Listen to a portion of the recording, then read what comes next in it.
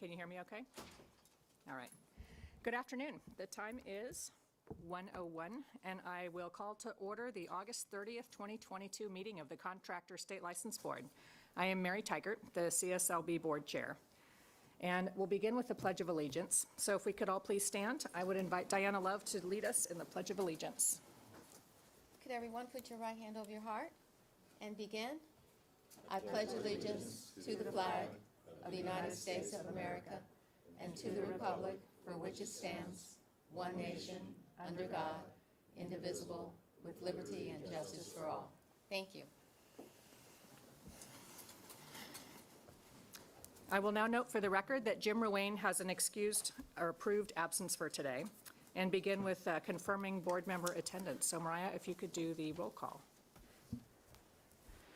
Mary Tykert, Present. Rodney Kobos, Present. David De La Torre, Here. Miguel Galarza, here. Susan Granzella, She stepped away. Alan Guy, Here. Jacob Lopez, here. Diana Love, Here. Michael Mark, Here. Steve Pinelli, Here. James Ruane, approved absence, Johnny Simpson, Here. Susan Granzella. Here. We have a quorum. Thank you. To item B, which is public comment and requesting items for future meetings. The board values public input as part of our consumer protection mission. To allow us enough time to conduct our full schedule of business today, I'm limiting public comments to 3 minutes apiece. If your comments don't involve an item on today's agenda, this would be the time when you can make them. If you have comments are on one of our agenda items, we encourage you to wait until we get to that item. We will give you an opportunity to make your comments at that time. We also ask that your public comment relate to the agenda item currently before the board. There are a few other rules that apply.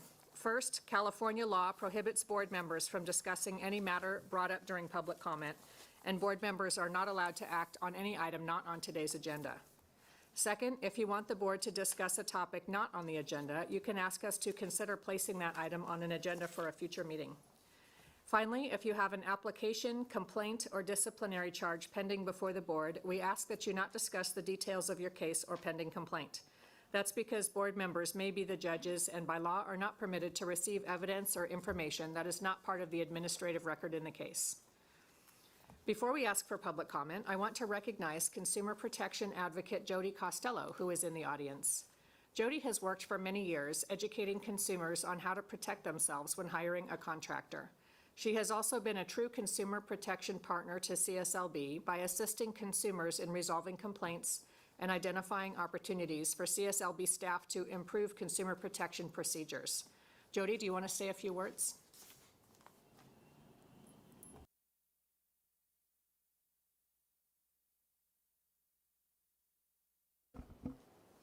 Thank you.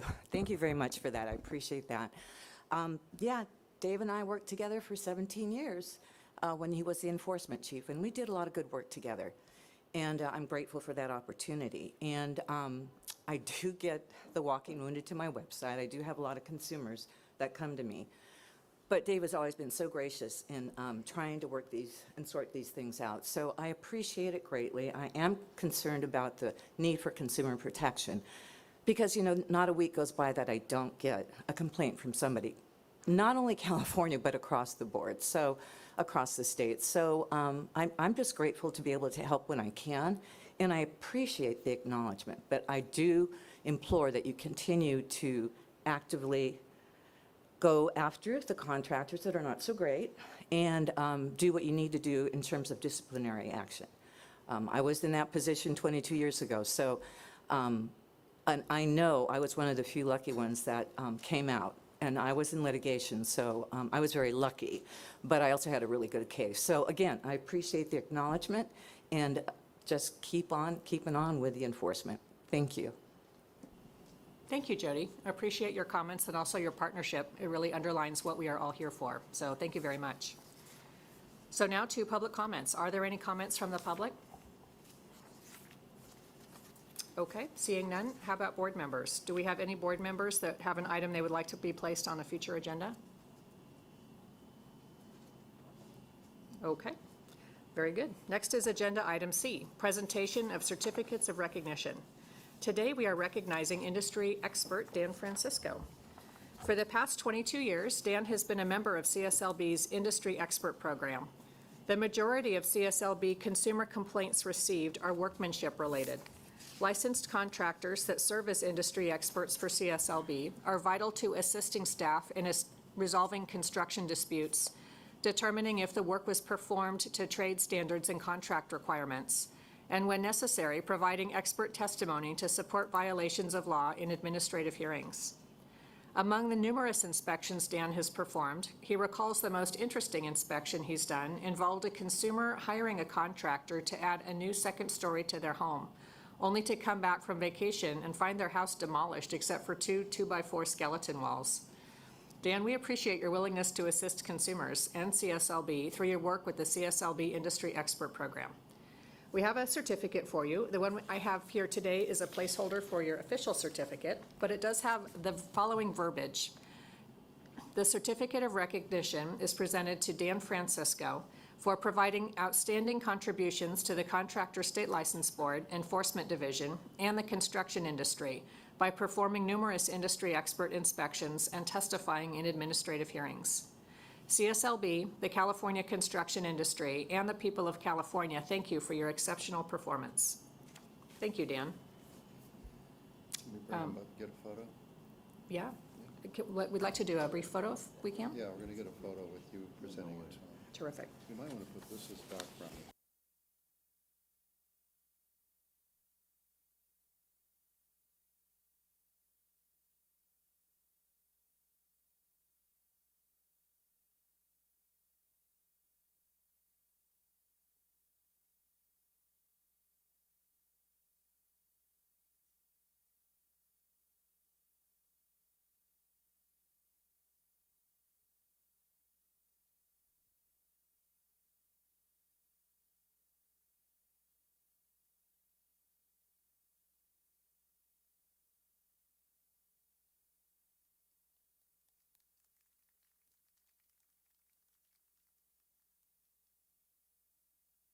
Are there any board members who would like to comment? Okay, David, I understand you would like to comment. Yeah, I just really want to thank Dan for all the work that he's done. He's taken on some of the hardest cases, and what's important to recognize is that the majority of our consumer complaints relate to poor workmanship or abandonment. Our section depends on people like Dan giving back to the industry. We know that you can make more in the private sector than we're able to pay you. So just really, on behalf of the Enforcement Division and consumers that you've helped, thank you so much. The review and possible approval of the June 16th, 2022 board meeting minutes, which begin on page 10 of your packet. Do any board members have any edits to the minutes? Okay, may I ask for a motion to approve the June 16th, 2022 board meeting minutes? Motion to approve. I'll second. Is there any comment from board members? Any public comment? Okay, Mariah, can you please call the roll? Mary Tykert, Yes. Rodney Cobos, Yes. David De La Torre, Aye. Miguel Galarza, Susan Granzella, Alan Guy, Aye. Jacob Lopez, Diana Love, Aye. Michael Mark, Aye. Steve Pinelli, Aye. James Ruane, approved absence, Johnny Simpson. Aye. Motion passes. Thank you. Do I have a motion to approve the August 3rd, 2022 Enforcement Committee Summary Report? Motion to approve. Is there any comment from board members? Any public comment? Okay, Mariah, can you please call the roll? Mary Tykert, Aye. Rodney Cobos, David De La Torre, Aye. Miguel Galarza, Susan Granzella, Alan Guy, Aye. Jacob Lopez, Diana Love, Michael Mark, Steve Pinelli, Aye. James Ruane, approved absence, Johnny Simpson. Aye. Motion passes. Thank you. Next to item D3 is the Registrar's report. So David Folk, I turn the floor to you. Thank you, Chair Tykert. Just a brief report today. Communication with the Governor's Deputy Appointment Secretaries. I know they're looking forward to receiving qualified applicants. Those vacancies are 2 public members and 1 specialty contractor. And as far as our next board meeting, we're looking at the first or second week of December. It may well be a virtual meeting. Mariah is going to be serving all of you. I think she said she wanted to do that around the 1st of October because she thinks she'll have all your holiday plans by then, so I don't know. But that's the plan. So that is the Registrar update. Thank you. Thank you, David. Is there any comment from board members? Any public comment? Okay, thank you. We will move on to the next item, D4, the CS packet. And I now invite Chief Deputy to introduce the budget update. Good afternoon, and thank you. Yes, we are on page 50, and we thought we would do something a little bit different for this meeting than we normally do. We usually have a number of tables that break out the different expenditures, revenue, general fund payment, fund condition. We want to do a summary to kind of break down these tables right at the beginning. So what we have here on page 50 is a summary of fiscal year 21-22. And you'll see there at the top, the beginning reserve balance from last year is 1.8 million. And our final projected revenue is 81.4. And then you back out these costs. We have our general day-to-day operating expenses in the ordinary course of business. That's 69.7 projected. And then the external cost, which includes the DCA pro rata, is 5.7 million. And then we have a one-time general fund payment, which we'll get to shortly. But altogether, what we have here is $8.3 million in external costs, and you back out the board expenditures. And what you have there is $5.2 million at the end of the fiscal year in reserve. 1.8 of that, again, is the beginning reserve from last year. So that actually works out to a $3.4 million budget surplus. And what that means for us is operating expenses for one month is about $6 million, and it looks like we're right under that at 5.2, so we have 0.8 months in reserve for spending. So let's go through these tables now, which are kind of the breakdown of what we just went through for each category. You'll see on page 51, through May, it takes a few months to reconcile the end of the year expenses through DCA, so we only have numbers through May. But if you look right square in the middle of that table on the top of page 51, the May 2022 expenses, you'll see down there the grand total operating expenses at 63.5 million. Well, why is that different than the 69.7 on page 50? Well, that's because the 69.7 is projected. We only have numbers through May, so we're projecting another 6 million for the end of the year, which gets us from that 63 to 69. So I wanted to explain that a little bit. And then if you note at the top, we've only expended about 85% of our budget, which is good, through May. And then if you scroll down to bottom of page 51, you can see our revenue. And again, it matches 81.4 million. It matches the final revenue on page 50. And you'll note that we ended the year with 11% more revenue than last year, which is great. Now that general fund payback, my understanding is this is a one-time state retirement fund payout that every board or every agency was responsible for. We were hit at 2.6, so you can see that on page 50. The one-time general fund payment was backed out. And you can also see it on the bottom of page 52 in red. Again, a one-time expense. So the fund condition here on 52 is projected out through budget year 23-24. And you'll see that while we're looking at less than a month in reserve at the end of this year, next year we're looking at 2 months. We've projected out the operating expenses to go from 69 to 76, and we should be pretty healthy at the end of next year. And then you're all aware of the construction management education account. So the state budget allocates or appropriates $100,000 a year for CMEA.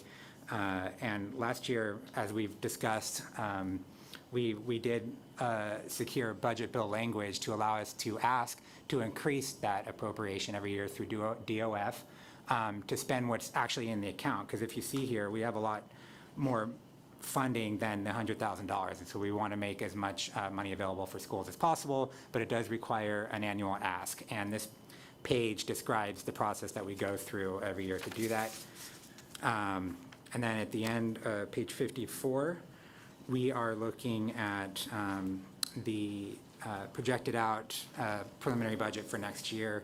And I think the main thing to point out here is it looks like we're looking at about a $1.8 million increase in operating expenses. So you'll see there in the middle of page 54, we're looking at 18.8 million, whereas last year we were at just about 17. But otherwise, that is the budget update summary. And then we'll just go real quickly through the statistics on page 55 through 58. Great news here. You'll note if you look at these numbers, the numbers are up in literally every category except for HIS registrations. So applications received are up, original apps are up, original licenses issued at the top of page 56 are up. A note about page 56, and I had to learn this myself. We have this concept of peak and non-peak.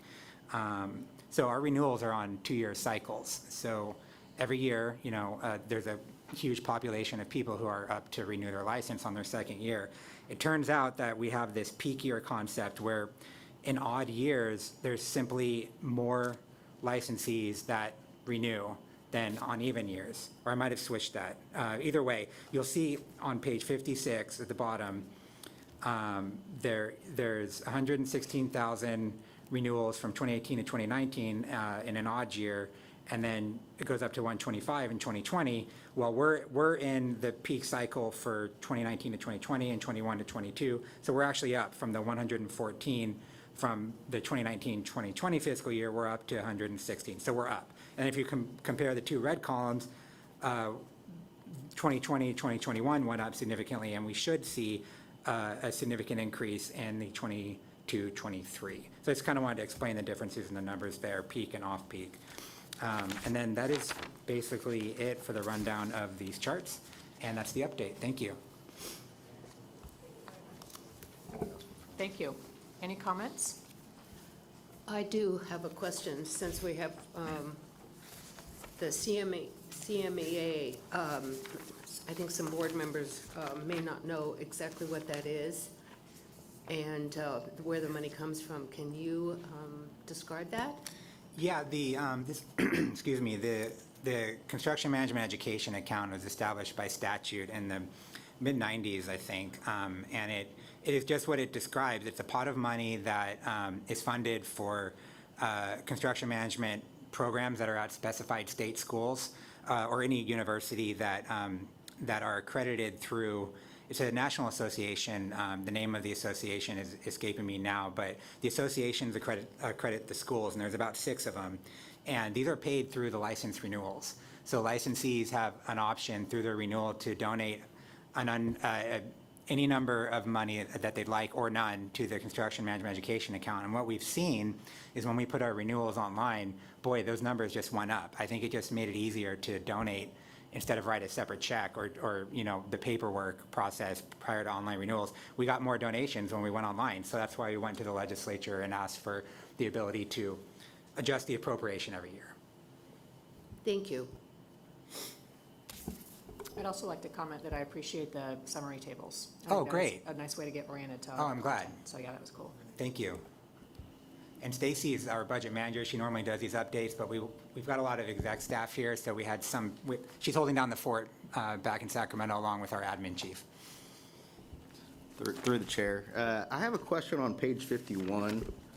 When it comes to the exam proctor, is the reason for the expenses higher because PSI kind of started all of their kind of information started with the testing that particular month, or is there something that I'm not seeing? Which number are you looking at? I'm looking at for exam proctor, and I'm assuming it has something to do with a CSLB staff and PSI or something, right? Mike, can we have Carol Gagnon answer that? Yeah, we're looking at it, She's representing yeah. licensing today, and she's an expert with that subject. I think the reason why you're seeing that is because when coronavirus happened, we reopened at half capacity our CSLB test centers. So we had a huge amount of overtime for our own staff to do evening sessions and things Oh, like yeah, that. you So s- I think that's part of what you're seeing with that increased budget. Now that it's gone to PSI, I think it's gonna come out of a different appropriation, if I am correct, Mike? Because we aren't paying their proctors directly, and we will no longer have our own proctors, so we're gonna see a change in that budget amount. It should level out next year. Thank you. Any other questions or comments? Any public comment? Okay, as there's no action requested, Chief Deputy Registrar Mike Jamnetsky to please update the board. Sure. And ordinarily, our administrative division chief would do this update, but he's also back at home holding down the fort. So I'll jump around a little bit from what we have in the packet here, but I'll kind of make sure that we're all tracking. So 2 primary units, personnel and business services. Of course, personnel deals with recruitment and placement of staff, personnel issues, training and development, and then business services, of course, is contracts and procurement, cashiering, mailroom. So let's start with for the administrative update, let's actually start with the vacancies on page 61. So you'll note right there at the top, we averaged 47 vacancies last fiscal year. Now, the goal throughout, and I think through primarily any state agency, is to maintain a vacancy rate of about 10%. So if you do the math, we have 425 authorized positions. That's 42 vacancies. So we're a little bit higher. We're trending a little bit higher in our vacancies. But I do want to note that it's not significant, but we averaged 48 in 2021. 2020 to 2021, we're down to 47 this year. Well, what are staff doing about it? Let's jump over to page 60. We were able to add 13 additional employees from other state agencies and 9 employees that are new to state service, so the personnel unit is constantly adding staff and recruiting. But then, of course, you'll note right below that, we had 5 employees promoted and 3 transferred. That's great for those individual employees, but of course, it's a net zero for the vacancy, the number of vacancies. So we do focus on career development and training and development. You know, if you focus on staff development, if you demonstrate that you're able to train and willing to train, it can attract new staff. It can improve performance and engagement. It can assist with staff retention. So we want to develop some pour some resources into these things. So career development, you have a note here on page 61. We're pretty pleased that since February of last year, we've put on these, the administrative division has put on these career development demonstrations. They're live presentations to CSLB staff, focusing on one unit at a time and inviting staff to come apply and learn about these different units. So we've done admin, we've done enforcement, we've done licensing, and most recently in July, as your packet indicates, we did IT. And really what this is a Q&A session for staff to learn about the different divisions throughout CSLB, what they do, ask questions, and learn about some career development. And a special thanks to Mr. Board Member Michael Mark for participating in the July IT Career Development Mentoring Program Steering Committee is what it's called. And so we're pretty proud of that. And then if you, another step that we've taken to kind of tackle these vacancies is we did hire a retired annuitant in the personnel division to assist with some of these goals in the personnel division with career development and training and development. So right now, the personnel unit spends a lot of time with COVID tracking and COVID reporting. And that takes up a lot of time and resources. So this RA, this retired annuitant, will help the administrative staff get back to focusing on some of their staff recruitment and training goals.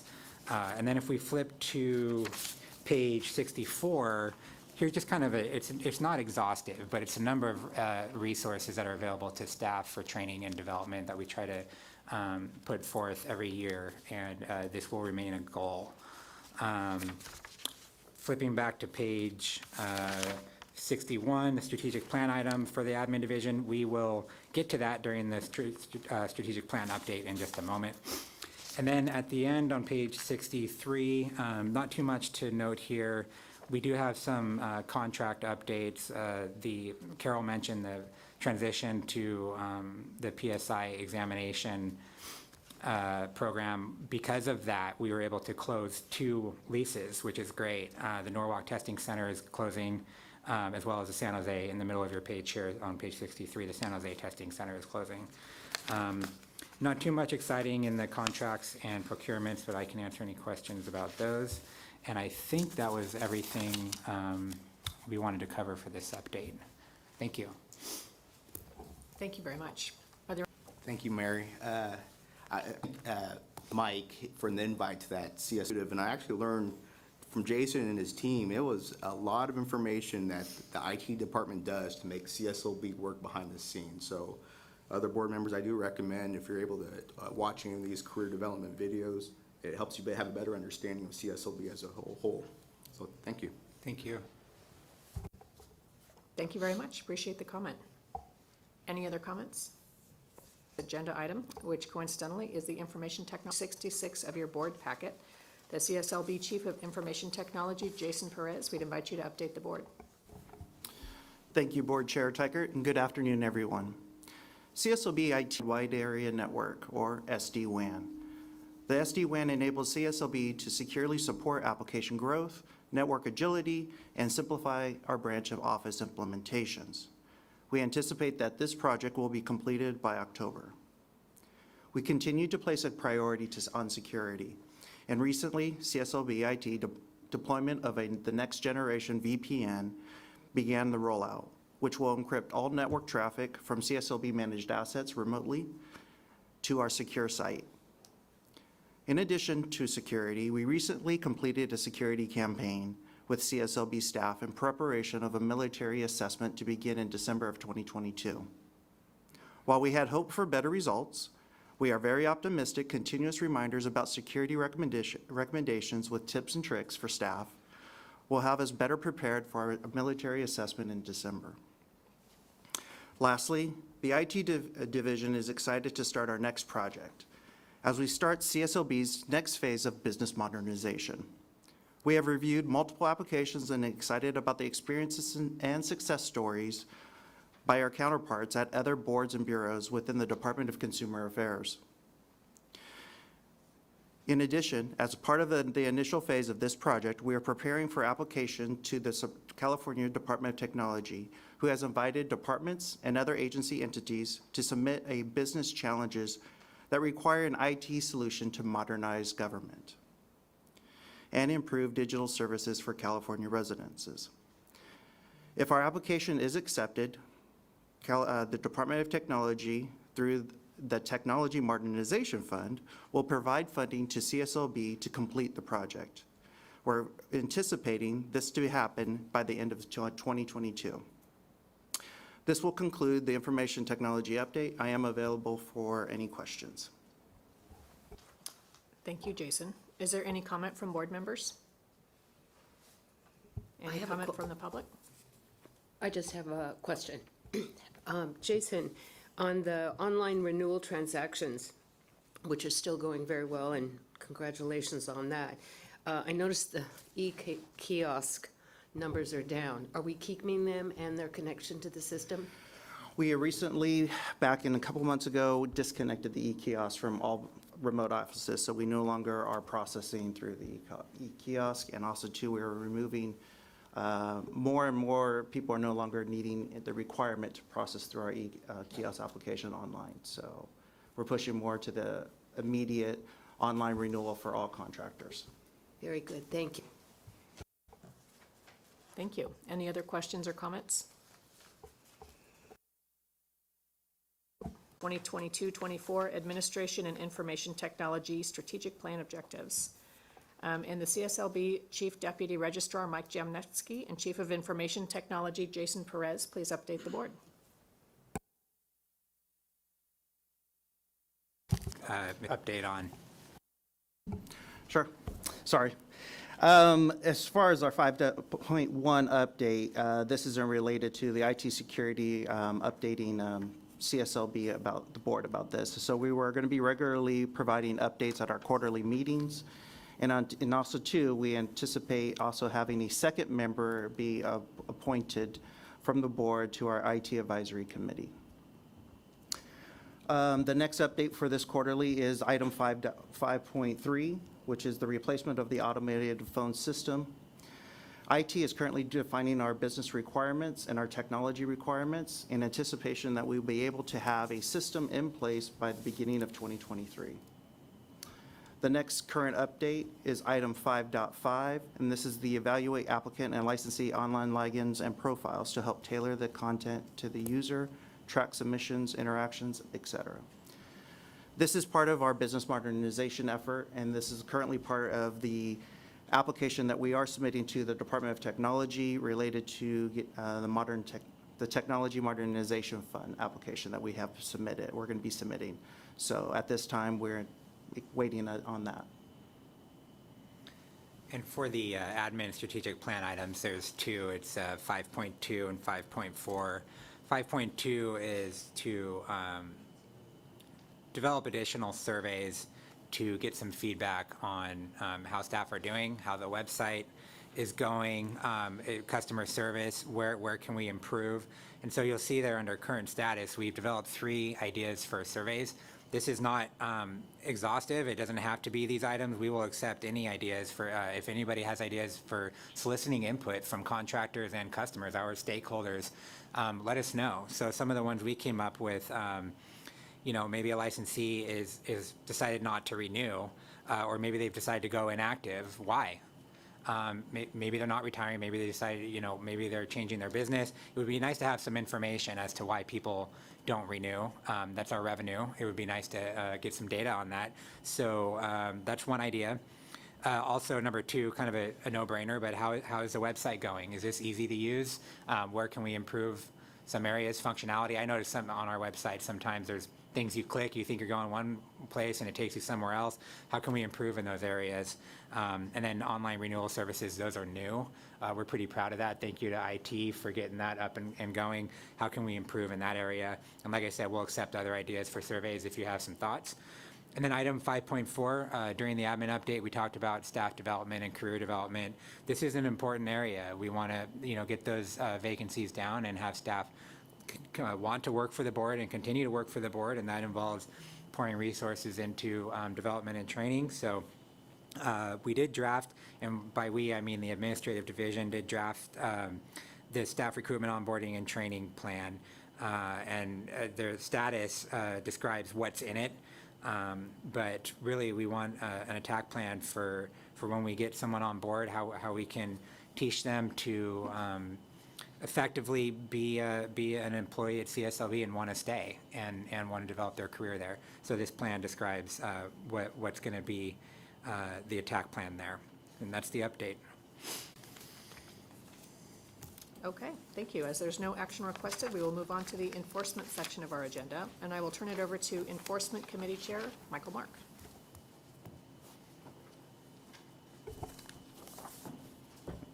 All right, I think I got papers all over my desk here. So my name is Michael Mark. As Chair of the Enforcement Committee, the update for Enforcement Division today.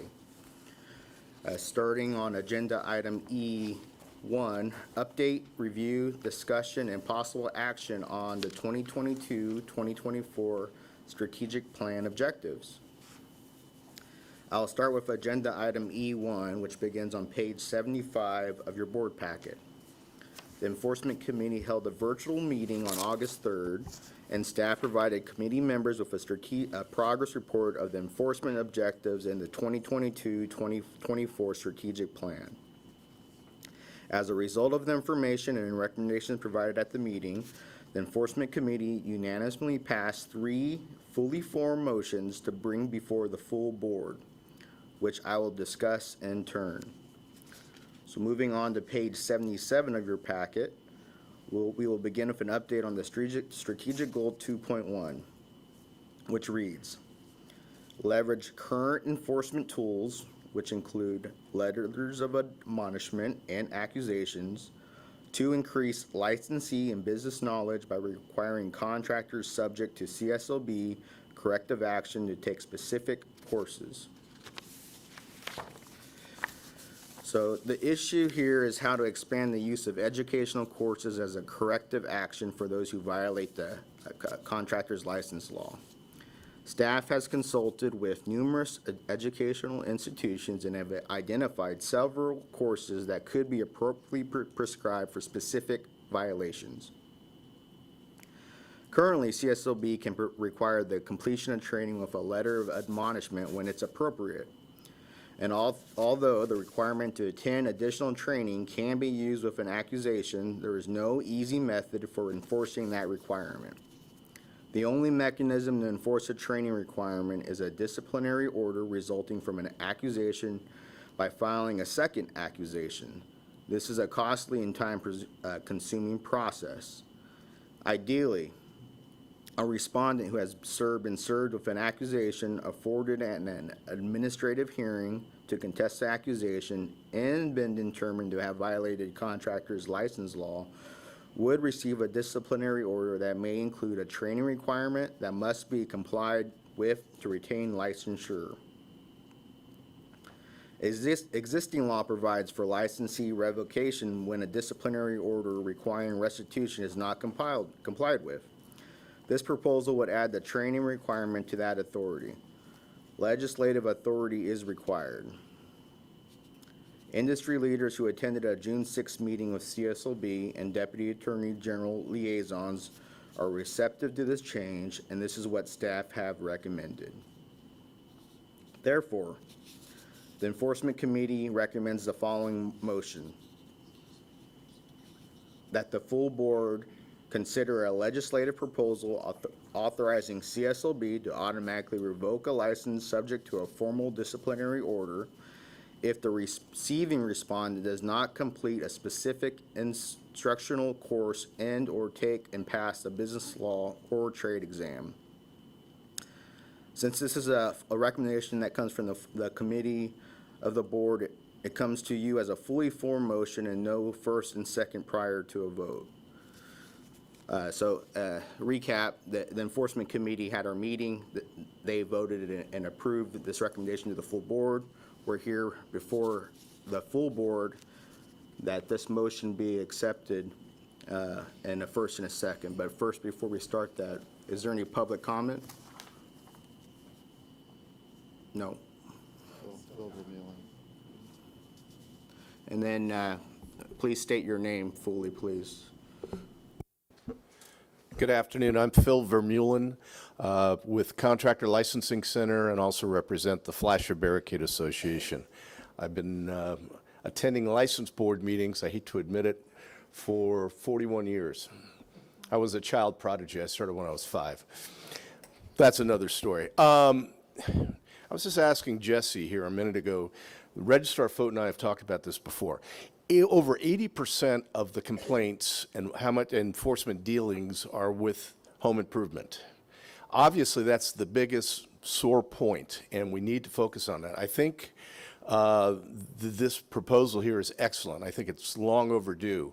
But I'd like to take it a step further, and Mr. Fote and I have talked about this. It's been a while, though, and that would be home improvement contract. Put it on your website. I think you need to focus more on educating John Q. home improvement contractor. You spend so much time on your enforcement. Maybe if you were a little more proactive in terms of maybe even videos and things like that that they could go online to see, I think it would help a lot to solve some of that problem. Maybe we can get that 80% down, be able to focus on the big people out there. That's my 2 cents worth. Thank you. Thank you for your comment. Can you turn off the microphone, please? And sir, we will take your recommendation, and Dave Folk will be able to respond to you. So, seeing that as the recommendation from the Enforcement Committee of this particular motion, there's no first or second that is required. Mariah, would you take roll, please? Mary Teichert, Aye. Rodney Kobos, David De La Torre, Aye. Miguel Galarza, Susan Granzella, Alan Guy, Jacob Lopez, Diana Love, Michael Mark, Aye.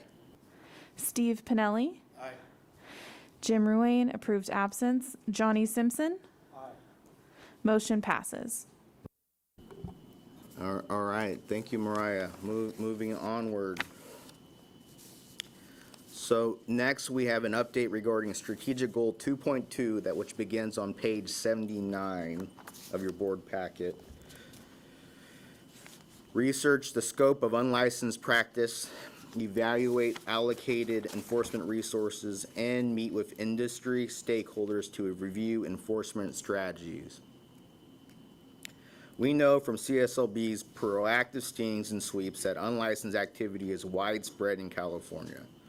But the full scope of unlicensed, or better known as underground economy activity, is difficult to determine since it is, by definition, undocumented and unrecorded.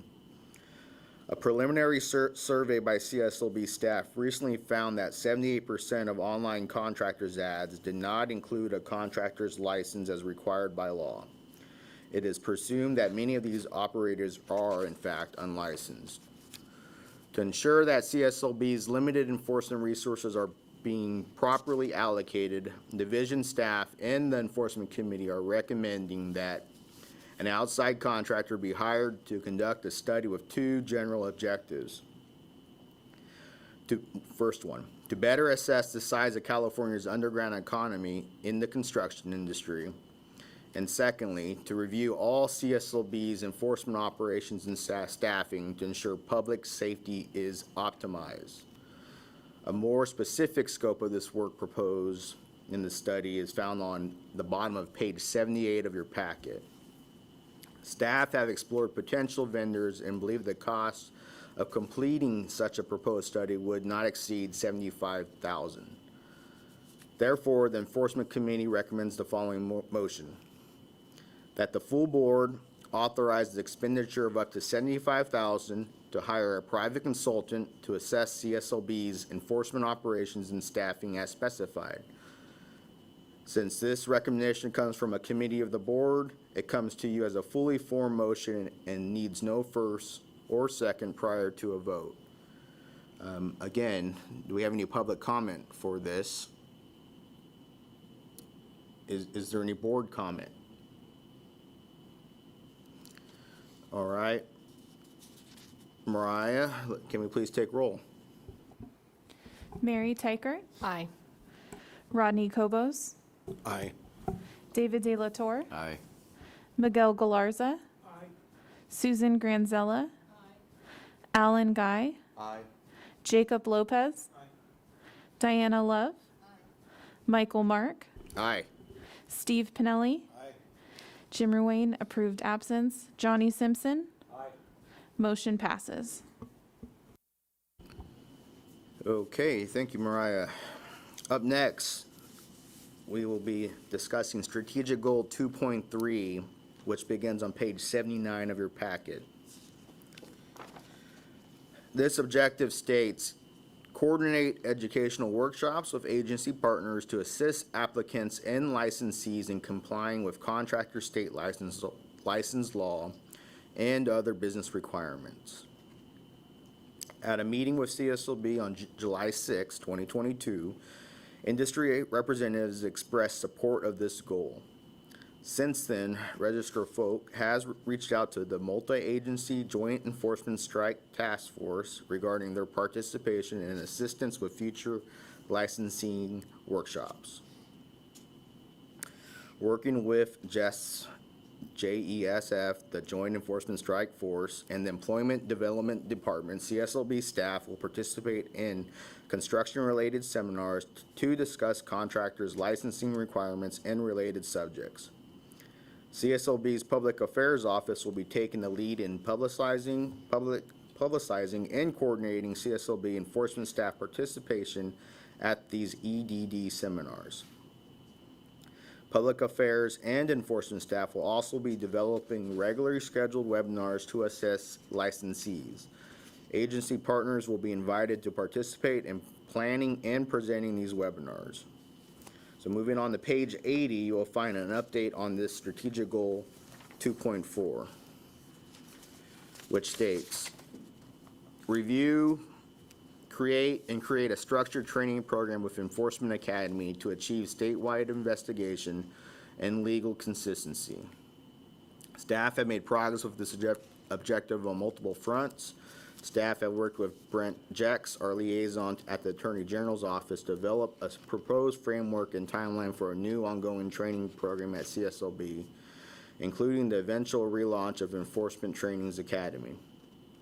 Enforcement Division has developed and implemented a 41-point training checklist for new special investigators. A division analysis has been designated at the training coordinator, and she has developed a training spreadsheet for all employees to track and record their completed trainings. Using a designated training fund, 15 special investigators are here in Coronado attending the 3-day investigator training course being presented by the National Association of State Contractors Licensing Agencies. So moving on to page 80, you will find an update on Strategic Goal 2.5, which states, research the need to establish a public works enforcement unit to perform outreach to awarding agencies and coordinate public works investigations with compliance groups and government entities to enforce contractors' license law requirements. After meeting with industry representatives and compliance groups, staff believes that the creation of a dedicated public works unit is not necessary. Instead, staff thinks a better and more flexible option would be to augment staffing in Enforcement Division's existing quality assurance unit to give appropriate attention to public works and other specialized investigations. Specifically, staff recommends that 4 special investigators be assigned to the quality assurance unit with specialized duties that includes public works investigations. The Enforcement Committee therefore recommends the following motion. This is the recommendation, that the full board amend the objective of from research the need for public works units to dedicate 4 special investigators to work specified public works complaints within the existing quality assurance unit. Since this recommendation comes from a committee of the board, it comes to you as a fully formed motion and no need for a first or second prior to a vote. Is there any questions on any of these items here on page 80? And then obviously I did skip a couple of the strategic goals. I'll go back a little bit. Is there any other questions on any of the other goals? Any public comment? So we're going to take a vote on this. Mariah, can you please call roll? Mary Tykert, Aye. Rodney Kobos, David De La Torre, Aye. Miguel Galarza, Susan Granzella, Alan Guy, Jacob Lopez, Diana Love, Michael Mark, Aye. Steve Pinelli, James Ruane, approved absence. Johnny Simpson. Motion passes. All right, thank you, Mariah. Okay, moving on to the final enforcement strategic goal that was discussed at our committee meeting. This is Enforcement Strategic Goal 2.6, and this update begins on page 81 of your packet. The goal states, continue to enforce workers' compensation insurance requirements to protect consumers and workers and scrutinize licensees who self-certify they have no employees. On July 20th, 2022, Enforcement Division held a statewide supervisors meeting at which the issues of workers' compensation insurance were discussed. The importance of enforcing insurance requirements was emphasized. The supervisors were also reminded that the maximum civil penalty for filing a false exemption from workers' compensation insurance was recently increased from $5,000 to $30,000, thanks to CSLB-sponsored Assembly Bill 569. That concludes the update of the Enforcement Division strategic goals. I'll now turn it over to Enforcement Chief Steve Grove for the enforcement program update. Thank you, Mr. Mark. We're now moving on to agenda item E2, the enforcement program update, which begins on page 86 of your packet. I'm going to discuss the updates in the order they appear in your packet, starting with the staff vacancy update. The table at the top of page 86 shows the number of vacant positions in the Enforcement Division by classification within the division as of July 21st. As you can see, there are currently 25 vacancies within the division. 8 of those positions have candidates selected and are pending approval for hire. Division management is working hard to fill the remaining 17 positions, but have reported that the tight labor market has made it more difficult to find and recruit qualified candidates. The vacant positions have been posted on the state's hiring website, or will be soon, and the division's recruitment efforts will continue. Investigation highlights. The next item in your packet highlights the impressive results of 2 major investigations completed by Enforcement Division investigators. The first case involves unlicensed contractor Shenandoah Johnson. Mr. Johnson has been defrauding consumers in multiple states for years. He already has a long criminal rap sheet.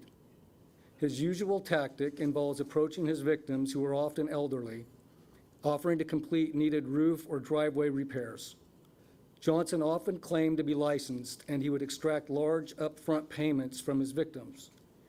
He would then complete little or no work before disappearing with the victims' funds. Prompted by numerous complaints, an investigation was launched by CSLB's Statewide Investigative Fraud Unit, or SWIFT. SWIFT investigators worked closely with the District Attorney's Office in Siskiyou County, where Johnson had defrauded many of his victims. Although Johnson fled the area, he was eventually arrested and brought to trial. I'm happy to report that justice was recently served. On July 13, Johnson was convicted by a jury of 38 felonies, including first-degree burglary, grand theft from an elder, misappropriation of construction funds, extortion, failure to file a tax return, perjury, welfare fraud, conspiracy, failure to appear in court, and using a false contractor's number with intent to defraud. Johnson is still awaiting sentencing, and the next court appearance is scheduled for today, actually, August 30th. He could receive up to 27 years in state prison. The second investigation highlight begins on page 87 of your packet and involves unlicensed contractor Jose Solis, who did business as Echo Solar Home Improvement. Solis's usual tactic was to contract for solar projects, then take out substantial home improvement loans on behalf of the homeowners, sometimes even without their consent, through the Property Assessed Clean Energy Program, usually called PACE. After the loan proceeds and large upfront payments were received, Solis would quickly abandon the project and disappear. Solis may have defrauded up to 100 homeowners in the Los Angeles area. After the consumer complaints started coming in, an investigation was launched by CSLB's Special Investigation Unit, who worked with the Los Angeles City Attorney's Office. On July 28, the Superior Court issued a summary judgment against Solis and his collaborators, found Solis guilty of embezzlement, diversion of construction funds, false advertising, contracting without a license. The court's final judgment requires restitution to financially injured consumers of over $2.2 million, with civil penalties of another $4 million. Moving on to the next section of your packet, I'd like to briefly summarize the activity of Enforcement Division during the past fiscal year, which ended on June 30th. The first entry in this section is on page 88 and shows that Enforcement Division opened 19,158 complaint investigations during fiscal year 21-22. This is a 16% increase over the previous fiscal year, which indicates that the COVID-related decrease in consumer filed complaints is ending. Unfortunately, the increase in complaints, coupled with vacant investigator positions, have contributed to an increase in the backlog of complaints. The division's goal is to hold the number of pending complaints to 3,620.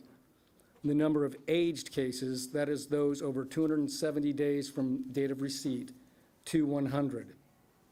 At the end of July, the number of pending investigations was 4,747, and the number of aged cases was 261.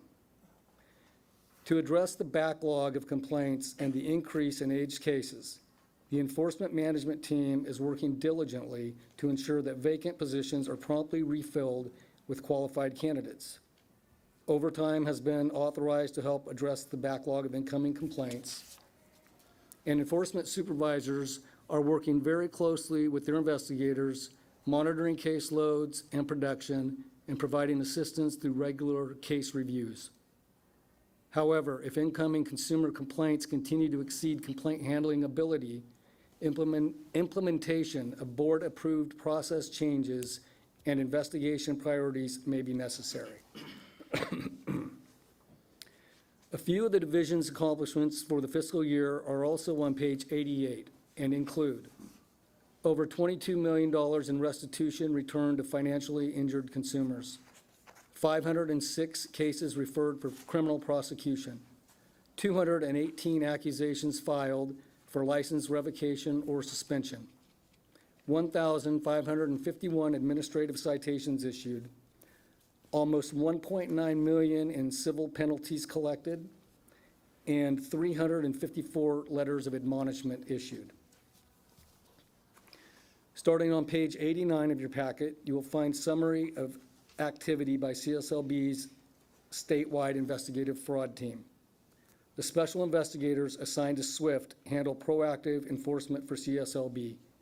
They conduct undercover sting operations, perform enforcement sweeps, and respond to leads at active construction sites. In fiscal year 21-22, SWIFT investigators conducted 17 undercover sting operations, participated in 337 days of enforcement sweeps, and responded to 996 leads. And I just wanted to comment, those numbers are quite a bit lower than normal due to COVID. And they should be increasing considerably over the next year or two. In total, SWIFT completed 3,634 investigations, which resulted in 390 referrals to local DAs for criminal prosecution, 598 citations issued, 129 letters of admonishment, 319 stop orders, which require an immediate halt to the use of employee labor by contractors who did not have a valid workers' compensation insurance policy, and 1,386 advisory notices issued for minor violations. On page 90, a table shows that during the first half of calendar year 2021, SWIFT and partner agencies in the Joint Enforcement Strike Force recovered or resolved over $10 million in outstanding liabilities owed to CSLB and partner agencies. Also, on page 90, you will see that SWIFT again participated in an annual nationwide enforcement operation coordinated by NASCLA, the National Association of State Contractor Licensing Agencies. This year, California and 11 other partnering states conducted widespread enforcement operations from June 6 to June 24. During this event, SWIFT investigators conducted 3 undercover stings, made 53 sweeps of construction sites, working in 20 counties throughout California. SWIFT's efforts resulted in 142 legal actions and 40 stop orders.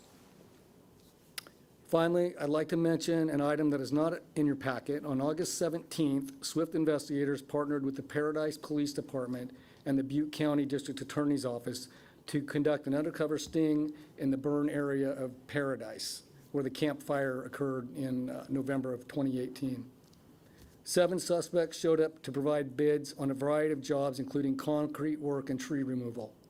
6 of the 7 suspects were referred for criminal prosecution, including 3 who were arrested and booked into jail for felony contracting without a license in a declared disaster area. Felony charges have also been recommended for a 4th suspect. Although it's been 4 years since the deadly camp fire, Enforcement Division remains committed to protecting survivors from further victimization in Paradise and in all other disaster areas within the state. And at this point, I'll turn it back over to Mr. Mark unless anybody has any questions. Actually, I do have a question. A while back when you were talking about the goals and the contemplated changes that you think CSLB might be forced to make if we don't have the staffing levels and some other expectations changed. Could you elaborate on that? Certainly. Well, I go back to what we've had to do, unfortunately, in the past, where we've had to take steps such as referring consumers to small claims court if the once we determine the financial injury is within the realm of small claims court jurisdiction. We've also had to really look at our prioritization list of complaints and focus more on the ones at the top of the list, where elderly people have been victimized, where there's theft, where there's significant financial injury, as opposed to less offensive violations such as not having your exact name style on your vehicle, that type of thing. Thank you. Yep. Yeah, if I may just add a couple of comments. The board has previously approved a investigation prioritization guidelines for staff to use. If, in fact, we need to look at that and look for opportunities to streamline our investigation, to reduce certain types of complaint investigations, we would go to the enforcement committee for their review and then ultimately back to the board. So right now we're just looking at various ideas, and as Steve mentioned, one could be directing consumers where they have a small financial injury to small claims court. Something else the board has done in the past is they've looked at having the SWIFT unit handle non-licensee investigations, even if they're filed by consumers. We've also relied on our arbitration program to help resolve even more complaints than they're doing today. So those would be just some of the ideas that we'd bring back to the board if necessary. But at this point, we're not there yet, and really optimistic that by your approval and hiring a consultant, that can help us to look for workflow improvements that we might be able to implement to make our investigations a little bit more streamlined. Thank you, Dave. And I'd like to make a couple comments. I will say this as a board member, this is why I joined the board. When you hear these stories of elderly being abused and our CSLB SWIFT team taking action and finding these bad players, there's a lot of good contractors out there, but there's these bad players that we need to make an example of for better purposes, like this particular instance where the person's going to get locked up. It's something where CSLB is doing everything they can, and that's why I'm proud to serve on this board because of those reasons. And thank you for you and your team, Steve. So moving onward, at this point, I'm going to go back to agenda item E3, update on the solar energy system restitution program. The final agenda item for Enforcement Division is an update on CSLB's Solar Energy System Restitution Program, better known as SESRP. We're really good at acronyms here, which begins on page 94 of your packet.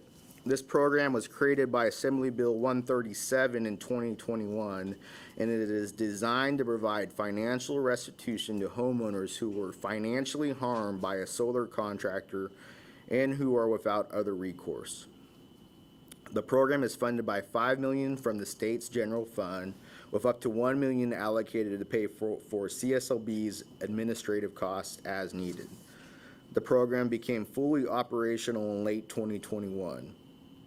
The SESRP has received increasing publicity, and program activity has ramped up in recent months, as shown on the table on page 94. As of August 12th, there's been 307 claims have been received from consumers. 107 of those claims have been approved. Over $1.4 million in restitution has been approved for payment. There are 160 claims that are pending, many waiting for additional documentation, and 38 claims have been closed without payment.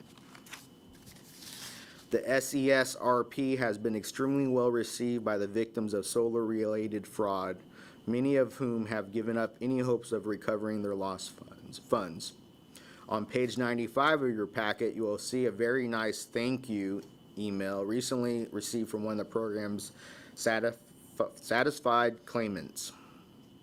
Is there any board comment on this program? Okay, I have another question. If we have the 4 million, and I remember when this started, we have the 4 million, and there is a lot of publicity about the restitution. What will happen with any backlog of claims when we run out of the 4 million? Is there a renewal of that money that we have advertised that would be going to consumers? Dave? Yeah, so the Public Utility Commission decision that relates to this requires a public hearing that will be conducted by PG&E at such time. So we're in the process, Mariah, thank you, working very hard with them to put that together. And we're looking at having this public meeting, I think it's maybe in November, is kind of our target date. But we have had a lot of publicity. Just really want to thank the staff that have worked on this program. We've done media in Spanish, California. We've done, English. We've also gone through our enforcement cases and to look for potential victims, that we became aware of through the complaint filing process. And we've sent letters to them. We've done a lot of outreach, phone calls, trying to encourage them to file a claim. But in answer to your question, PG&E is being tasked with having a public meeting to determine if there's a need for continuous funding for this purpose. Thank you. Do you have any other questions? No further questions. I have a question. Are we getting in contact with building departments and finding out, the contractors that had these licenses that pulled building permits that, ultimately didn't complete or finish their jobs for the solar and reaching out to those owners and homeowners as well? That is a great idea. I think with public affairs, Samantha, it might be something we can do. We have letters that explain the program. So if we could get the California Building Association to send something out to all of the building departments, I think that's a wonderful idea. Different disciplines, we can, go through and figure out exactly what, or by their name or by their license, what they've taken out. And then in contact to see what has been completed or is still open or expired and never was completed. So there's steps that could be done that might help out. Just thought. Is there any public comment on our enforcement division update? I think we're going to have one public comment. Can you please state your name, please, for the record? Hi, Jody Costello. And I just want to say about the contracting licensing and everything that you're doing to educate them, which is great. But if you're a less than ethical individual, that sometimes isn't going to be the answer for those kinds of people. I just work with too many consumers who work with these kinds of people that you highlighted and spotlighted. One of the things that I do, and I'm real big about, is consumer education. So somehow, because people don't know what they don't know, and that's what gets them into trouble every single time. So, doing something for the consumer, highlighting the need, and showing people some of the problems that they encounter with these individuals is important. I can't tell you how many times I get emails, and these people are shocked, and I feel bad for them, but I kind of run them through the course of what they need to do. So for me, consumer education should not be by the wayside. That needs to be up there as far as I'm concerned, but also along with contractor education. So I don't know what that looks like. I know I teach an online course, but can't always reach those people. So and you guys are in a perfect position to do that. So anyways, happy to work with you if you need something along those lines. Thank you. Thank you. And we have one more public comment, and then Alan Guy. Yeah, Nick Ferschetti, National Contractor License Agency. It was a great idea. I talk to contractors all over the country every week that are semi-retired, retired. They're very passionate about the industry. They would like to be involved. If your local building departments could reach out in their communities to find those people, that might help bring something together. You could answer that question, Steve. So it's kind of, then Alan. Through the chair, thank you, Mark.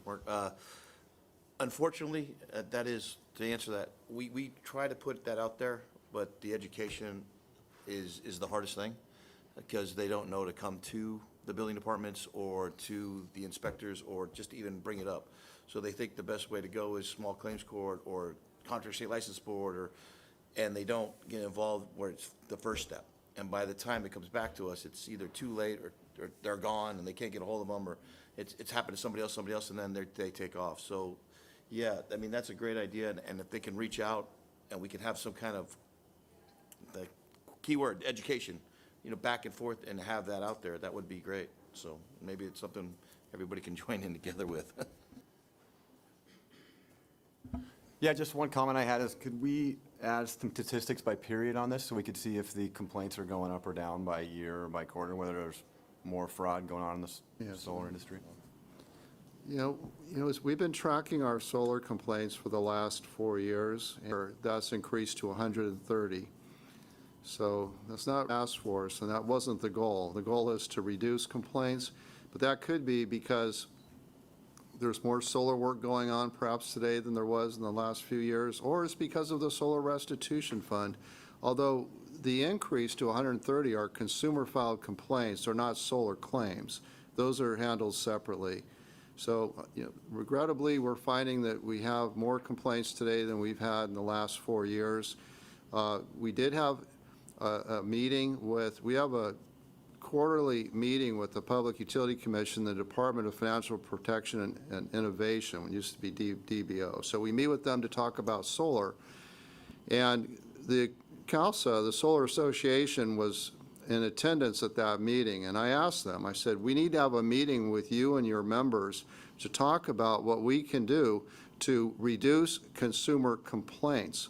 We need to look at contractors that have been receiving more than, say, a certain number of complaints in a given year. And we've already started that effort. It was interesting. We brought in a contractor, I'm not going to name her today, but they'd received quite a few complaints in the last 12 months. And so we brought in their officers and explained to them, and Steve, you were part of that, we explained to them that this cannot continue. You need to change your customer service practices. You need satisfied customers. We don't need all these complaints, and try to help you resolve. And they have changed their business model, and the feedback I've received from our enforcement staff has been very positive. In fact, they had a case down in Southern California where it took a substantial amount of money to resolve it. They were given a time to do that, and they made that happen. It's one thing to be receiving a complaint, but you need to resolve that at our intake mediation center. We don't want these complaints going out to the field. So I would just answer that the complaints have gone up, but we're taking steps to reduce them, to work with these contractors, change their business practice. And if they can't do that, then we are filing an accusation to suspend or revoke their license. So we're taking a very hard approach at this point. Thank you, Dave. Is there, answer your question, Alan? Any? Finally, I promise. On the complaints that you get that you receive, finally, I promise. On the complaints that you get that you receive, are they broken down into, like, just somebody taking the money and leaving and not completing the work, or they started the work and they went halfway and they haven't done it, or they completed the work and it's just such a shoddy job that it's just every 6 weeks you're calling somebody out, or it's not working correctly, or it's not passing, or is it broken down, or is it complaints? So it's just not one thing. Now, a lot of them are not that significant. It's just that you have an inverter that's not functioning, or it needs some minor repair work, but yet the contractor's not receptive to the phone call to come back and to fix it. But others are quite serious, and that's where you have money that's received by the contractor, and sometimes the work's not even performed. And so those are very serious, and that's what we prioritize. But what we have now is programming. We have programming where we can identify the number of complaints these solar contractors are receiving. And for those that have the more minor ones, those are the ones we want to correct. For the others that have a predatory business practice, they don't need to be in the marketplace. So that's a different approach. Thank you, Dave. Yeah, no, when this program was first, consumers in it, so far it's shown that some of the monies that were unrightfully taken from them. So if there's no other board comments, then that will conclude the Enforcement Committee report, or Enforcement report. Thank you. Thank you, Michael, and thank you, Steve and committee. We're going to take a brief 10-minute break before we resume with item F, licensing. So that would bring us back here. It's 2:18, so we'll see you back at 2:28.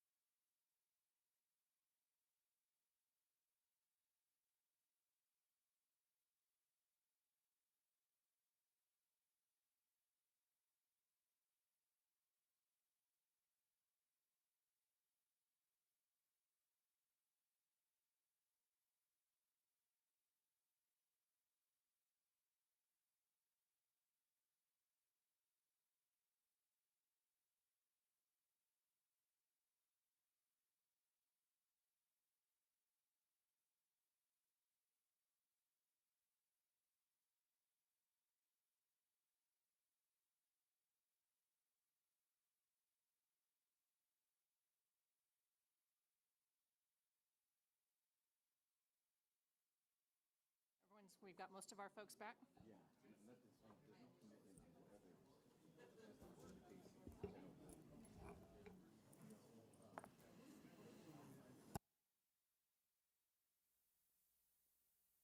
We're going to go ahead and get started again, beginning with item number F on our agenda, licensing. So leading us today through licensing and testing is going to be David De La Torre in the absence of Chair Jim Ruane, who, as you know, has an excused absence. So with that, I'll turn it over to David to walk through. Good afternoon. My name is David De La Torre, and I'll be providing the licensing day on behalf of Board Member Jim Ruane. Also, Licensing Manager Carol Gagnon is covering for Licensing Chief Fode Garagos-Liu, I hope I pronounced those names right, who is unable to be at the meeting today. Let's begin with the licensing and testing objectives on page 100. Item 1.1 is to assess barriers to licensure for women and minorities and create an outreach plan to community colleges, construction management programs, labor unions, and workforce development groups to increase licensee diversity and create a better understanding of applicants and licensees. Staff reports that progress with this project is ongoing in a joint coordination with the Executive Division's outreach goals for employee recruitment and the Public Affairs Office outreach efforts on the importance of licensing. Item 1.2 is to study and appraise existing and prospective reciprocity agreements to determine if they are needed, and if so, whether qualifying criteria for reciprocity agreements be updated or codified legislatively. As will be detailed in a few minutes, staff is consistently reviewing requests from other states regarding reciprocity and has developed a plan to review all out-of-state examinations with the Department of Consumer Affairs before bringing them to the board's licensing committee. Item 1.3 is to continue automating this and streamlining all online application, licensing, and examination processes to improve processing efficiency.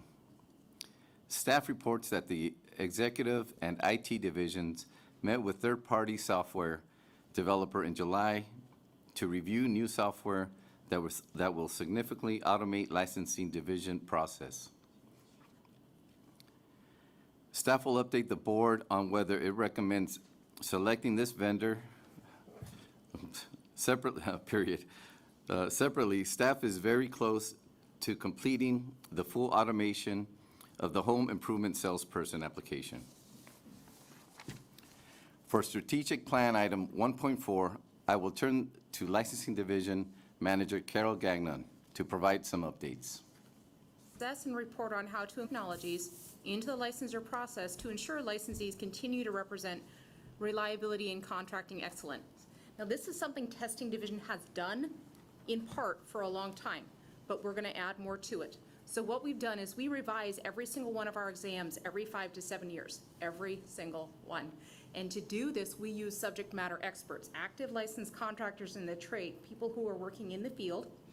We use them at every step of the way. So the first step that we take is our occupational analysis process, and what we do as part of that is recruit from those active licensed contractors in that trade, and we do job audits with them. We interview them and call them up, spend 1 to 2 hours with them, asking them, what steps do you take in planning? What do you do to estimate? What kind of things do you install? What areas do you cover in your trade? What kind of things do you concentrate on? Is it commercial? Is it industrial? Is it residential? Also, how do you install things? How do you repair things? What kind of repairs do you get called upon to make? What kind of safety factors apply to your work?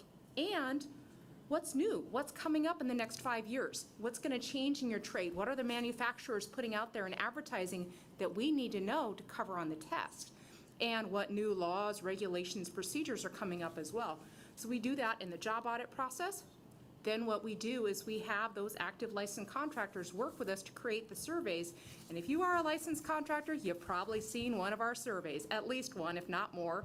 And those surveys cover all the tasks that we understand that contractors perform in that trade, all the knowledge that they need to know. And what we do is have those active licensed contractors work with us to make sure we covered everything, that we've got the full breadth of the trade, that we've covered the full scope of it. And after we've created that survey, we send it to our DCA legal counsel to review it, to make sure we've covered everything, and there's nothing outside of there. And we also send it to our classification deputy as well, to make sure that there's nothing outside the scope of the trade. What does happen is stuff does pop up. Things come up. Contractors we have 4 or 5 people say, yeah, we do this, yeah, we do this, yes, we do this. And we say, all right, but classification deputy and licensing is saying it's outside the scope. So oftentimes what we'll do is we'll agree, we put it on their survey, put it out there and see how many people are actually doing this in that trade. Is it just these 5 guys that happen to volunteer? Okay, maybe it's not a big deal. Maybe they're doing it with a different classification that they have. Or is a huge number? Is there a really large number of people doing this? In which case, we bring it back to the classification deputy and say, hey, listen, we put this out there in this survey and a lot of people are doing this. Maybe we need to do something about it. So what we're gonna do now, and remember, this survey is going to either the entire population of active licensed contractors in that trade. For some of our small trades, that's everybody.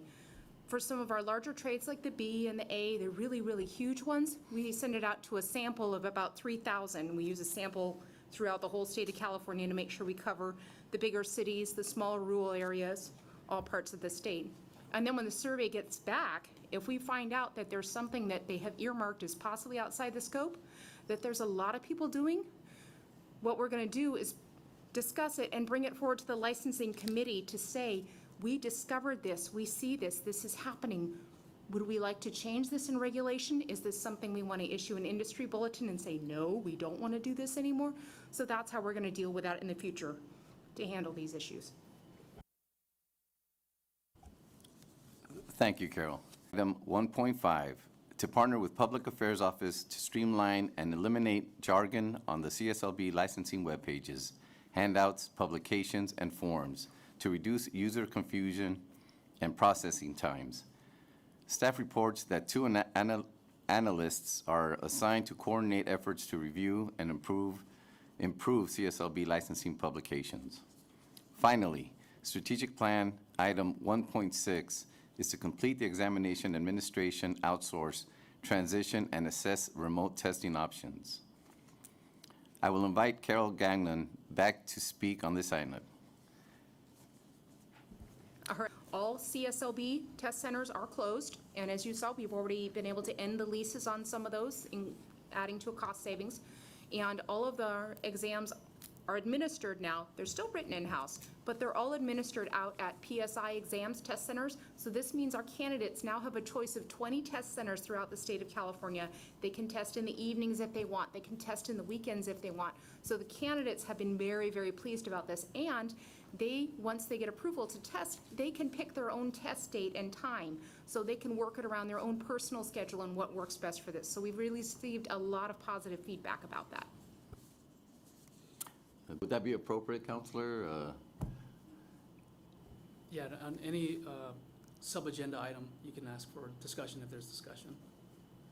Any Yes. questions thus far from the board? Any questions? I have a question. I Susan. know there were elaborate language, and how did we transfer those policies that we had where you could bring in an interpreter and they had to be within a year of, and all of those rules? Did those apply? Do we carry those over as policies to PSI? Yes, that is an excellent question, and that is something that we considered a lot in this process, because we want everyone to be able to take the test if they want to with an interpreter. So we still have the same translator process where the translator has to be vetted by us and approved. They have to meet the same qualifications. They still have to apply through us to be a translator for this person. And then when the person schedules to take their exam, they notify PSI that they are taking it with a translator. And we at CSLB are having them in a private room. So they are in there in a private room so that the translator can speak out loud and it's not going to interrupt other candidates. And we are paying for a proctor to sit in there and observe them to make sure that they're just doing what they're supposed to do. They are reading the question, reading the 4 answers, letting the person answer, not providing any aid of any sorts beyond what they are supposed to be doing, which is reading the question and the answers. Thank you. Great. Any other questions? Seeing none? I have one question. It's only been, has it been there any bumps in the road? There have been a few bumps in the road.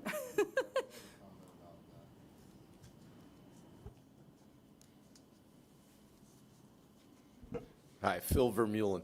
I had a client today from Canada, had to make 2 trips from Canada. One for the business law, they couldn't do both at the same time. So, I mean, we're seeing more and more of that. That's very concerning.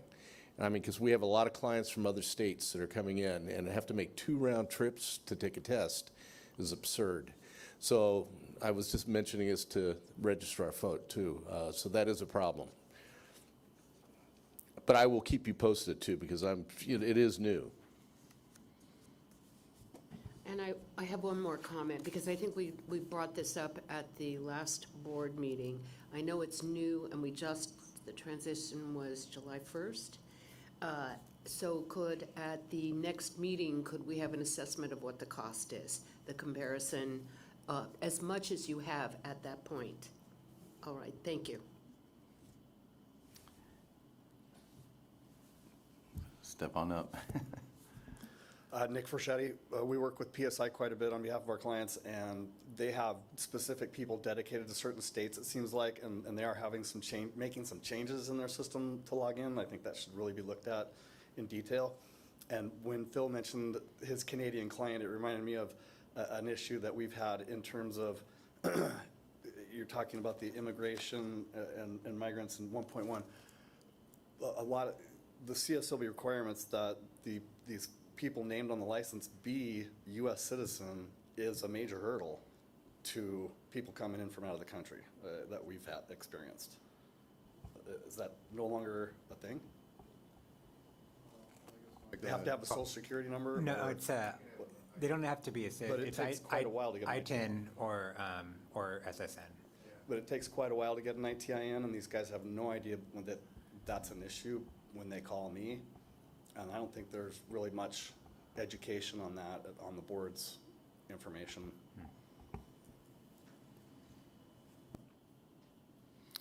Okay, any other questions or comments? From the Licensing Division Strategic Plan items. Moving on to page 103, licensing update. I will highlight a few items for the board. Regarding applications, the packet on page 104 indicates the processing time for all application types. Currently, processing times are between 3 and 4 weeks. The goal is to drop all processing times below 3 weeks and maintain this level. To address staff turnover, staff cross-training is a priority. I would also like to report that the number of pending applications on page 106 has been significantly reduced with the transfer of test administration to PSI exams in July of 2022. As you can see on the chart on page 107, the number of incoming renewals continue to be steady. We are pleased to inform you that renewal processing times are currently at 1 week.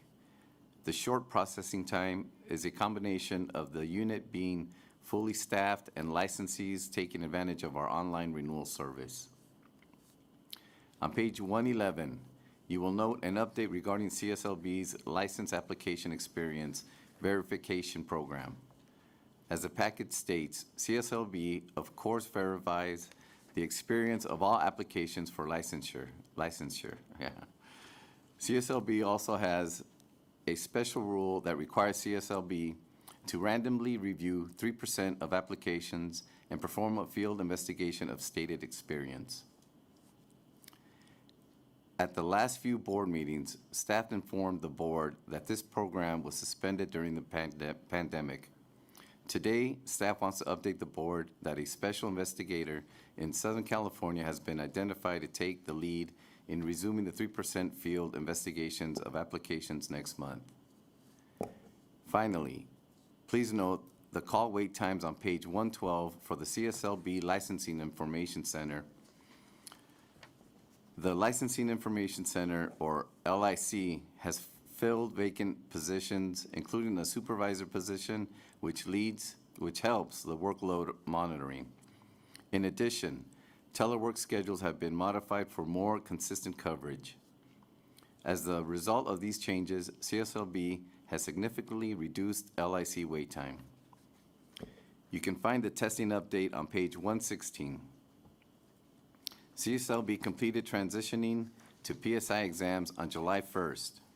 As of August 11th, 2022, PSI exams has administered 4,280 exams, and there are 3,748 exams scheduled. Currently, there are no backlogs in testing. Applicants can take their tests at 20 PSI test centers in California. PSI offers after-hours and weekend scheduling as well. Finally, the Exam Development Unit has held numerous remote workshops to continue occupational analysis work for updating existing exams. That concludes the licensing and testing update. Carol is available if the board has any questions. Through the chair, I will say this, just like what the public comment stated, that there is a lot of agencies that really help, that's their business model, to help people get licensees. And unfortunately, some of the stuff internally we need to work on trying to get our information out there a little bit easier so the licensees themselves can help get these questions answered. Not to say that that's not a great service that's being provided, but unfortunately, we'd be able to do that in-house would probably be good for the consumer as a whole. And then secondly, I just found out about this too, just for everyone's reference. If you are applying for a license, there is an online link on our webpage that shows exactly your time frame of where you are within the application process. So I wasn't even aware about that myself, but it's actually really good for the consumers to know on that. So just more of a comment than a question. Yes, Diane. I'd just like to know, how are the locations determined, these 20? Carol? I defer to Carol. When we moved to PSI exams, we came in under a master contract that DCA already had for the administration of their exams, and that master contract had these 20 locations. So these 20 locations are, as far as I understand, dedicated to giving DCA and CSLB exams. So it includes, barbering, cosmetology, funerary board, all of those. But that's why these were chosen, is because those are the ones that were already listed in that master contract. Are we open to adding more? Is that I a am open possibility? to adding more. And the reason that I asked that, I asked that question because I see nothing here for Los Angeles. Well, Los Angeles is covered, but it's not like LA itself. But Diamond Bar is in that area. Rancho Santa Fe is a little bit farther out. Agora Hills is up in Malibu. Did not know there were that many candidates in Malibu, but there are a lot of people who choose Agora Hills. So it's like not LA itself, but surrounding areas are covered. Lawndale, yes. And Carol, how does this compare to the number of open locations we had? Yeah, we did the best we could with the budget we had, but that's the budget we had as a state agency. So moving from 7 to 20, as I say, our candidates have been very happy about it. They have been pleased. And I'm pleased that we have so many, but I've talked to contractors like in the area where I live, and nothing on here is within. Thank you. You're welcome. Yes, Glenn. Quick question. I believe PSI is nation any PSI test center across the U.S.? The initial contract was for California. We have asked them, I have asked them about nationwide. We are not sure exactly how many candidates we have nationwide. We're still working on determining the numbers to see whether or not it would justify adding to the cost, and especially the cost of sending our booklets out there and them having to buy additional storage to cover all of our booklets for all of our exams. So it costs more than per center because of the Yeah. materials? Okay, thank you. Registrar Foe. Yeah, it's a work in progress, so we're looking to continue to have dialogue with PSI and talk about whether we need additional to PSI, and they do have that service available in other states. So that's all something that we're going to be looking at as this program proceeds. Okay, any other questions or comments from the board? All right, I have one more comment. Susan. I probably will be the last in this transition because I know how difficult it was. And it impacts so many people. So we talked about this for years. I know there was a contract and bumps in the road and all that, but staff at CSLB needs to be commended for that because I just remembered There was a time not so long ago, our board meetings were filled with how are we going to deal with 11,000 training sessions backlogged. We couldn't train anyone, and all the energy that went into how are we going to solve this. So you guys did a great job, and I just wanted to commend them. So thank you. Anyone else from the board? Anyone from the public here to comment or have a question? Step on up. PSI is a private business enterprise, and so they rely on individuals to apply to have a testing center and be proctors. So they only have so many people at those resources throughout the country, right? So you may not be able to staff or put your exam in every single test center that they have. It's just going to be what you can afford to do, what they can afford to do, what's available to them.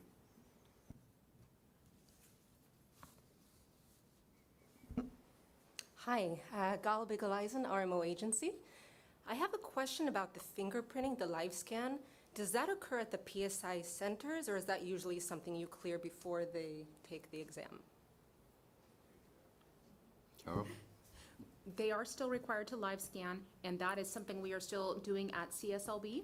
So as part of their whole licensure process, because, I mean, the exam is the big part for many people in their mind, but it's not just you have to take and pass your exam. You do also have to do the live scan, and you have to have your bond in place and your workers' comp and everything. So it's still done at CSLB. It's still part of our process, and it is still required. The reason I'm asking that is that it could help Phil's clients coming in from Canada or from other states if they could do their live scan, because I know that sometimes you do the hard copy if they are out of state. So if you are able to incorporate the fingerprinting as a part of that, that's one trip for them that they can test and fingerprint. Something to look into. Thank you. Thank you for your comments. Any other public comment? Question? Okay, well then, moving on. Information on the test administration centers. The process of outsourcing CSLB exam administration to the vendor PSI exams was completed July 1st. CSLB has moved 47 written examinations to PSI. Overall, the process is running smoothly. As of August 11th, 2022, PSI has administered 4,280 CSLB examinations to applicants, and 3,748 more are scheduled. In addition, on the IT side of things, the programming process for system communication between CSLB and PSI is ongoing. CSLB closed all its test centers July 1st, 2022.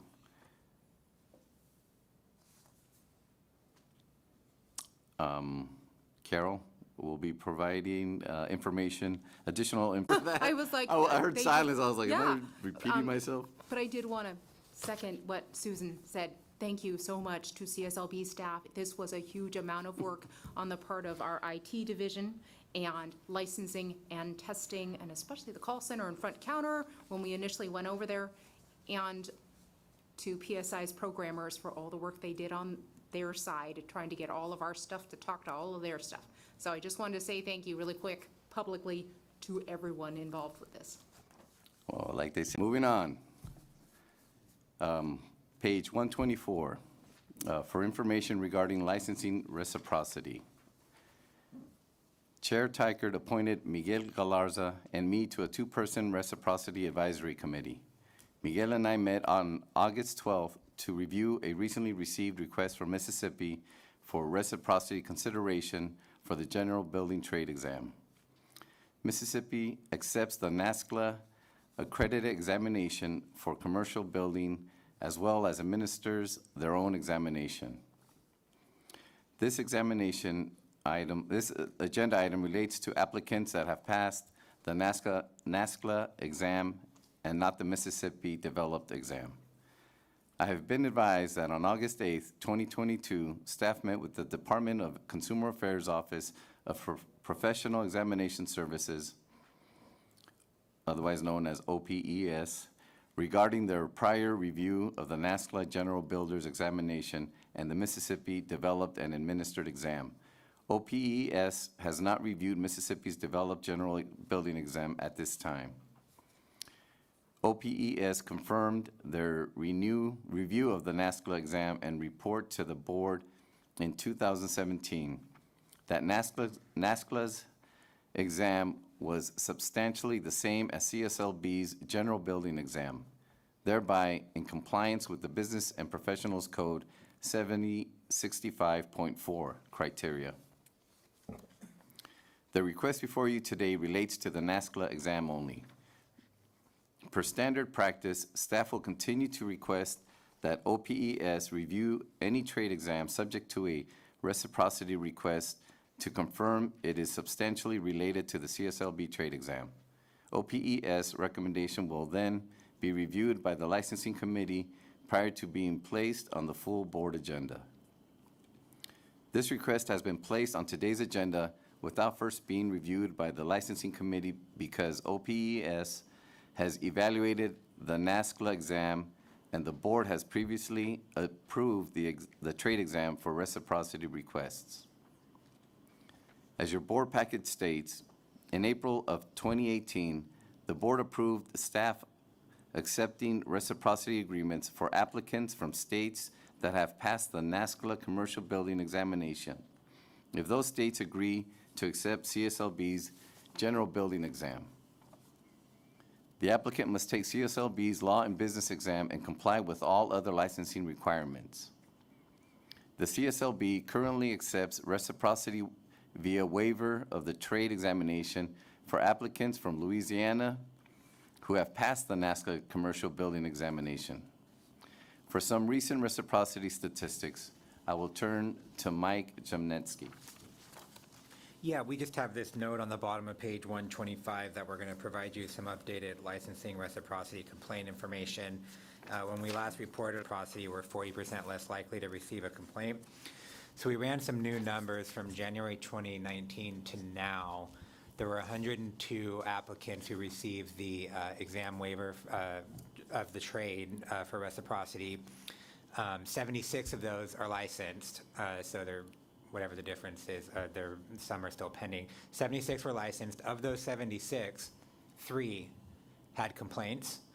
And of those 3, 1 was insignificant and 2 went to a letter of admonishment. So the highest level of discipline was a letter of admonishment. So I just thought we'd update the board on that. Thank you, Mike.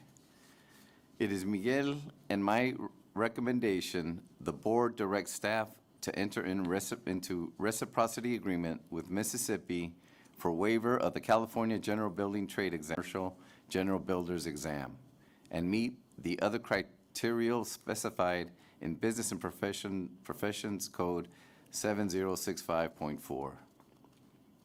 The additional criteria includes a requirement that the applicant's license was in good standing for the previous 5 years.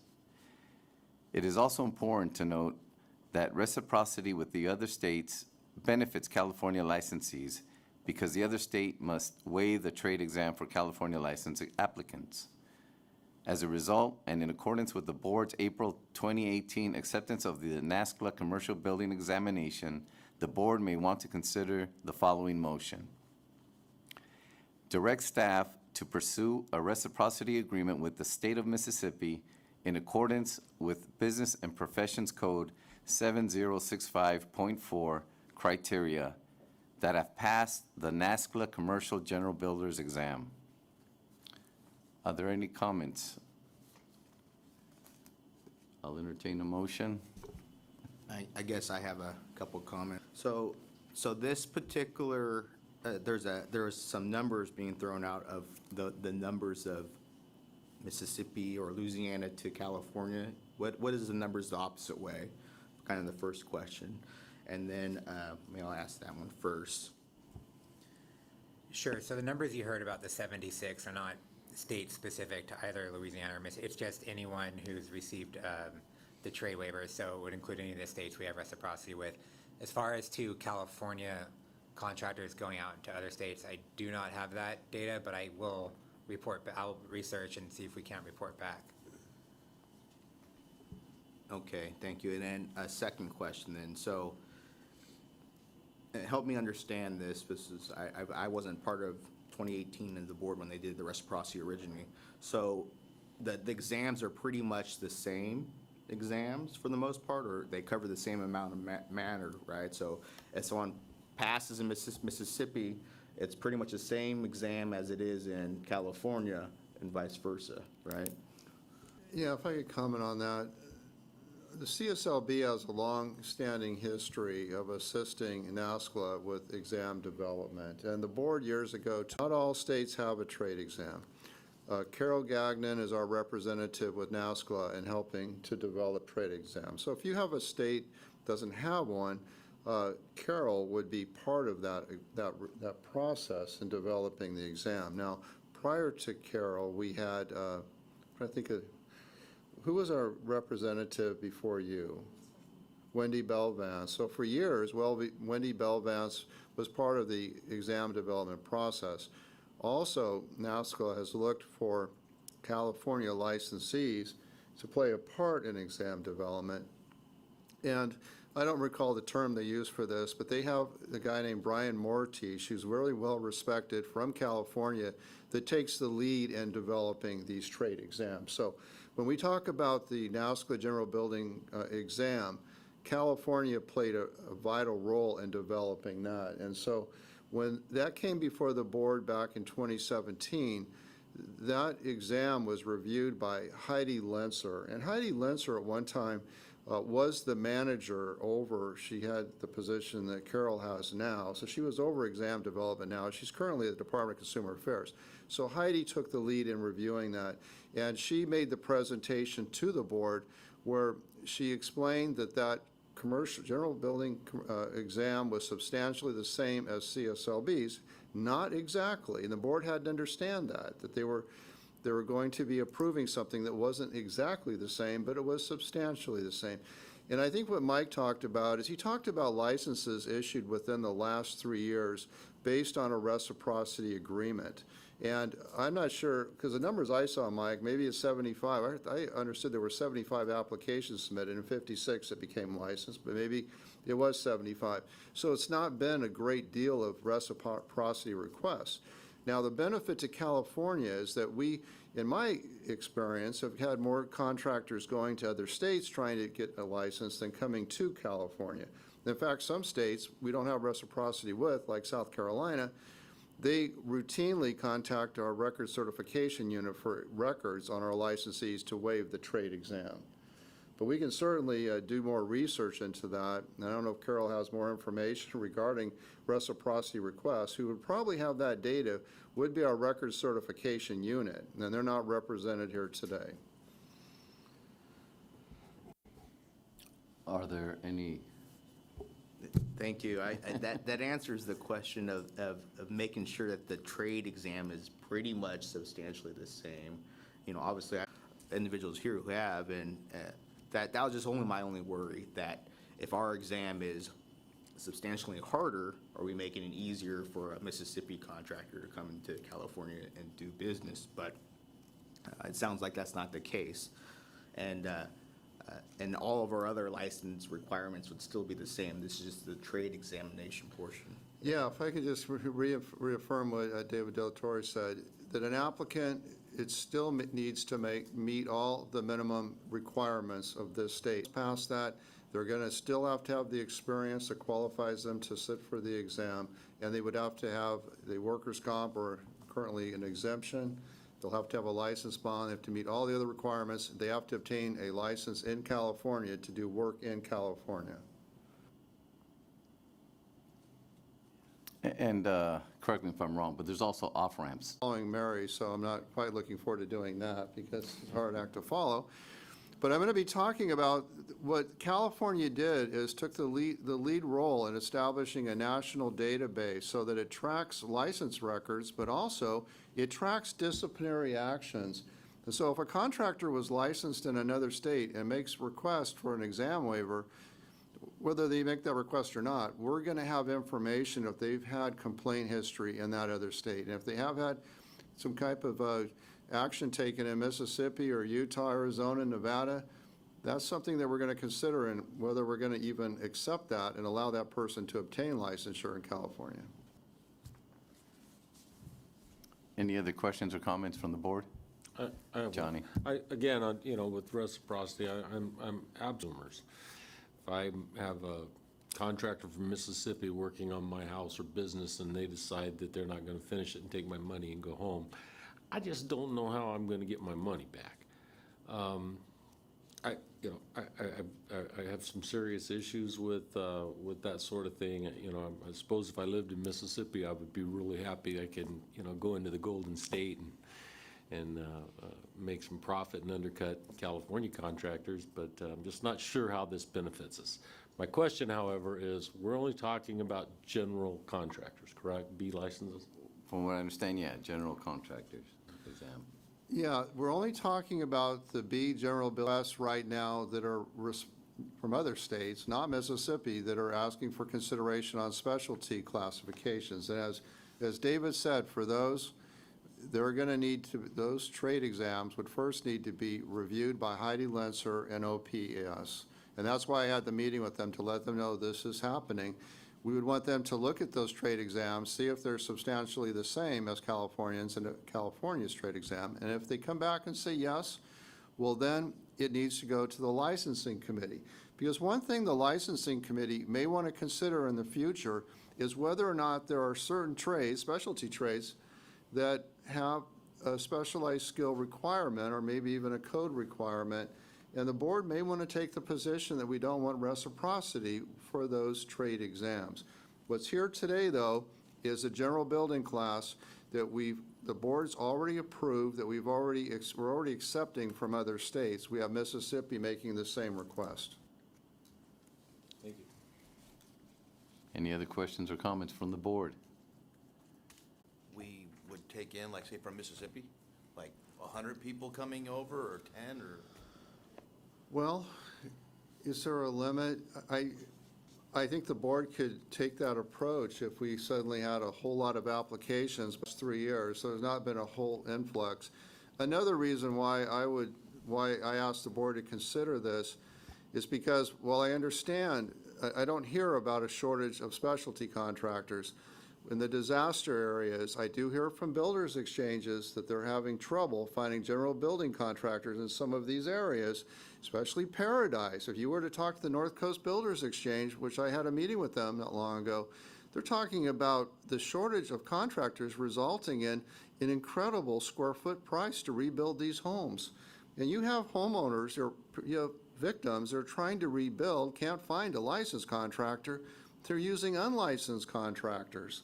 So I don't know that people are going to come from Utah, Arizona, Nevada, or Mississippi to try to take that remodeling work, but this is an opportunity to at least show that we would consider somebody who's qualified maybe helping out in those areas if there's truly a need. But we have an influx, too many people applying, there's more contractors than we need, then I think it comes back to the board, and you can rescind it. Please keep in mind that Frank Altamar is no longer on our board. He voiced concern about Utah. We had a reciprocity agreement with Utah. There were some changes in their licensing structure. He suggested the board review that reciprocity agreement, which the board did, and they rescinded it. We no longer have reciprocity with Utah. To the chair, the only reason why I just wanted the building department, the only reason why I say it is when you do have people coming from other states and they're coming into California to do work, they start in the area like Paradise, and then they figure how much they're going to make in Paradise, and then they start branching out to other locations where they can make a little bit more and a little bit more. Before you know it, they're not in Paradise anymore, and that's what we were trying to focus towards, is like, we need that help. I don't want to see somebody coming in here and going, oh, I got in because of this reason, where I'm just going to throw a number of $10 an hour, and now I can go down to San Francisco, and I'm making $110 an hour. They're going to go down to San Francisco. And the problem's still going to happen up, like in Paradise, like you're saying, that situation's still going to be there. And I'm not saying there's a way to fix that or change that. I'm just trying to be aware that it happens a lot where you can't get work because they're coming in, going, and they're undercutting other places too as well. So it's on where they work. Okay. Any other comments from the board? Yeah, we work on a lot of agreements in my other life, and we had like a local hire component to it. So maybe we could do some kind of local hire in these reciprocity agreements, so anyways.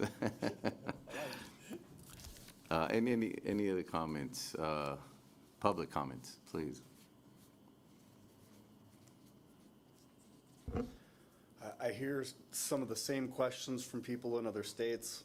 Why are we giving reciprocities from these people from California or Nevada or Arizona or wherever?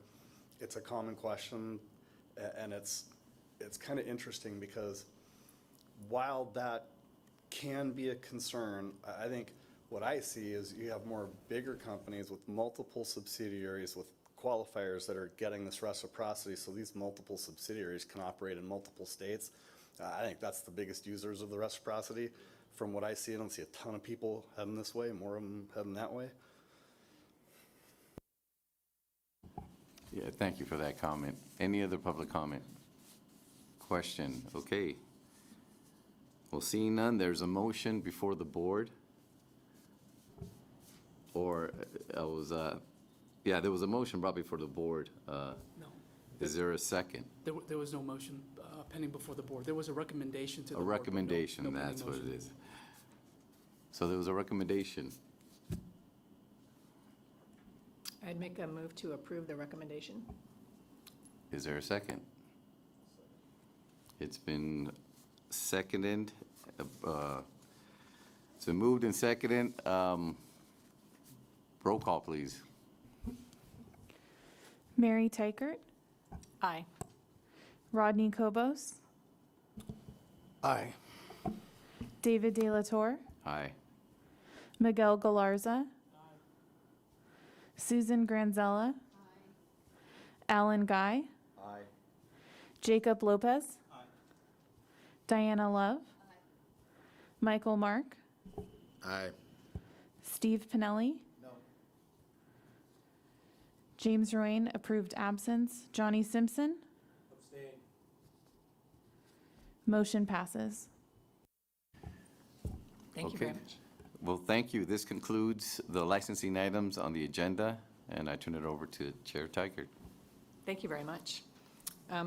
Before we move over to, let's see, to public affairs, I'd like to suggest an agenda item for a future meeting, which is, I think this topic raised a couple of really interesting, looking for more data on how many people are going other places, and also all of us are interested in having protection for consumers. So is this really a benefit? There's a part, to Mike's point about if there's really only been 2 noticeable complaints of all the people that came in, it sort of seems like it could be good for consumers, but let's find out more. The other piece, though, is more about administrative streamlining of the board's efforts, which sounds like, I asked David originally, when back in 2018, apparently the board already approved this trade exam, so I wondered why we have an agenda item to approve an instance of something that was already approved. And in general, I feel like the time of this board, we have so many things we need to do, so reapproving things that we already approved isn't how I would think we'd spend our time. But if we need to do specific stuff, like for instance, in this case, it sounds like there's a law and business exam and other criteria that we would always need to talk about. But if we've previously approved something, I would like to think of us as not reapproving each time that specific thing got reapproved, if that makes sense. So what I'd like to suggest is maybe asking staff to propose something that streamlines out the administrative piece of this, which is we already approved this one exam, let's not relook at that. And also collect data for us to have a different conversation about reciprocity if we need to. And say if we want to look at other guidelines, if we want to give other direction to staff, collect other information, let's totally do that. But I don't want to do it through reapproving things we already approved because that doesn't sound very efficient. And I think we all want to have the ability for the license board to function effectively. So that may be my suggestion for a future meeting's agenda item. Any questions or comments? Cool. I only had one comment. I think one thing too is every state, if it is drastically different, just like it sounds like there's some issues with Utah where we did approve a reciprocity agreement and we took it away. So it's to have a continued update on reciprocity to the board, maybe like at a yearly basis. The other thing I'm imagining is we could have some criteria for what are we going to talk about. So if we'd say we were always going to approve, if there's other stuff that's a variation from California, let's totally talk about it. But if it's a national exam we've already approved, let's not re-talk about that exam. That would be my thought. Does that make sense? Cool. Any other questions or discussion? Okay. Then on to public affairs. So for an overview and update, I will turn it over to our public. Before moving on to public affairs, being that there was no opportunity for public comment on some prior sub-agenda items, the board may want to open the floor to public comment. On, Okay, sub-agenda items of F2, licensing. F3, I believe. Oh, There okay. was an opportunity for comment on F1 and F4, but not on F2 or F3. Thank you very much. Okay, so turning to agenda items F2 and F3, if there's any. Thank you for the highlight. And actually, before we turn it over to public affairs, I'll say thank you to Joe Chin for being here. I neglected to highlight that he's here, and thank you for your service to the board. And it sounds like you've been promoted to the state bar, so congratulations. Thank you. It's We're my glad to pleasure have you be for here. this meeting. Thank you. Okay, so over to public affairs, Chair Alan Guy. Thank you, Chair Teichert. I want to begin by thanking Public Information Officer Samantha DeMello, seated to my left, for her CSLB Public Information Officer Kevin Durawa and TV Specialist Amy Lawrence for assisting with the AV needs today. Can you two please wave it? Thank you.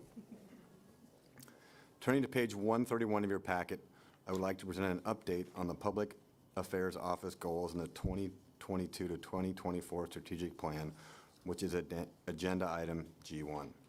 Strategic Objective 4.1 reads, expand CSLB's online presence through both standard platforms and emerging technologies to improve effectiveness in educating consumers and the industry. CSLB's Public Affairs Office currently uses social media's latest trends to educate consumers and licensees.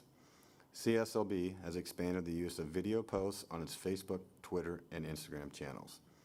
CSLB also uses the Stories feature on Facebook and Instagram regularly, increasing engagement on both platforms. Now to Strategic Objective 4.2. Establish a CSLB-specific new board member orientation to educate board members about legislative processes, licensing and testing functions, and enforcement procedures. The target date for this item is next January. CSLB's Public Affairs Office is currently working with the Executive Office to develop an outline for new board member orientation. The next goal, Strategic Objective 4.3, reads, update the website content, accessibility, and navigation to improve the user experience.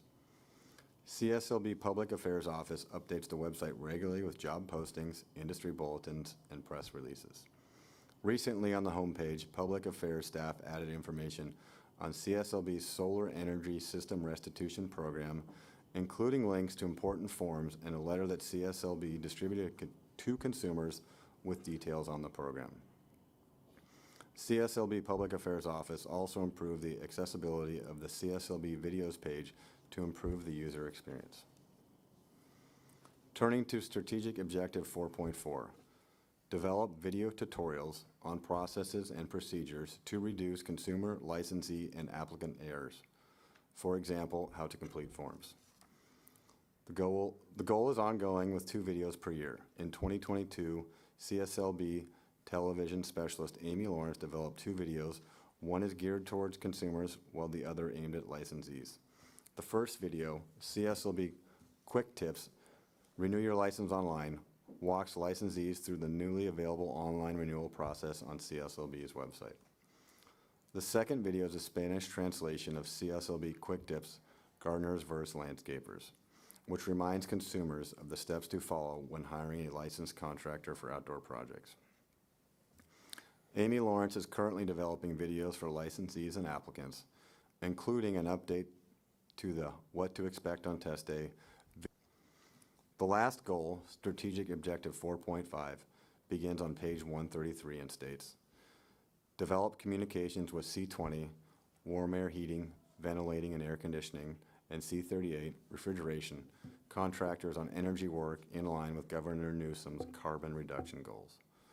The Public Affairs Office is currently working with the Executive Office to develop an industry bulletin for C20 and C38 licensees. Staff will also amplify the key messages on CSLB's social media channels. The target date for this goal is this December. And now I am pleased to bring you to the Public Affairs update beginning on page 135. I will cover a few highlights. CSLB works to educate consumers so unlicensed or other unscrupulous contractors do not harm them after a disaster. From August 1st to 4th, 2022, the Public Affairs Office represented CSLB at a local assistance center, otherwise known as an LAC, in Mariposa County to help survivors of the Oak Fire. You can find information about the Oak Fire and additional disaster response outreach on page 136. The Public Affairs Office continues to produce videos for promotion on social media and the CSLB website. In addition, staff continues to produce English and Spanish versions of the monthly Get Licensed to Build webcasts. The live webcasts have been well attended by those interested in a contractor's license. Pages 138 to 140 highlight the webcasts and videos produced since the last board meeting. You'll note at the top of page 141 that the number of CSLB social media followers continues to increase on every social media service, a testimony to Public Affairs staff hard work to promote consumer protection. Pages 141 and 142 explain more about that growth and outline our social media highlights, which include a post announcing the Solar Energy System Restitution Program and a week-long campaign about how homeowners can prepare for wildfires using licensed contractors. Public Affairs staff translated the social media posts into Spanish to increase user engagement. As always, we invite you to follow CSLB on Facebook, Twitter, Instagram, YouTube, LinkedIn, and Flickr. So that's a lot of social media. You can find the links on the CSLB website. For stakeholder communications, the Public Affairs staff have issued several industry bulletins. Since our last update to the board in June, we have issued industry bulletins with information about a NASCLA construction scholarship, contractor opportunities in the earthquake brace and bolt program, legislation affecting spouses of active military, and CSLB expanding testing services. On page 146 is information about CSLB's ongoing media relations work. Public Affairs regularly fields inquiries from the media on multiple CSLB-related topics and distributes news releases when appropriate, such as press releases about unlicensed contractor stings. Pages 147 and 148 details the ongoing work with California legislators on our consumer and senior scam stopper workshops. In June 2022, board member Miguel Galarza was a featured speaker at a senior scam topper event held with Senator David Min.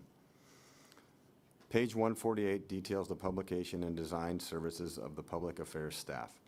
They are constantly working on new publications and updating outdated information in older publications.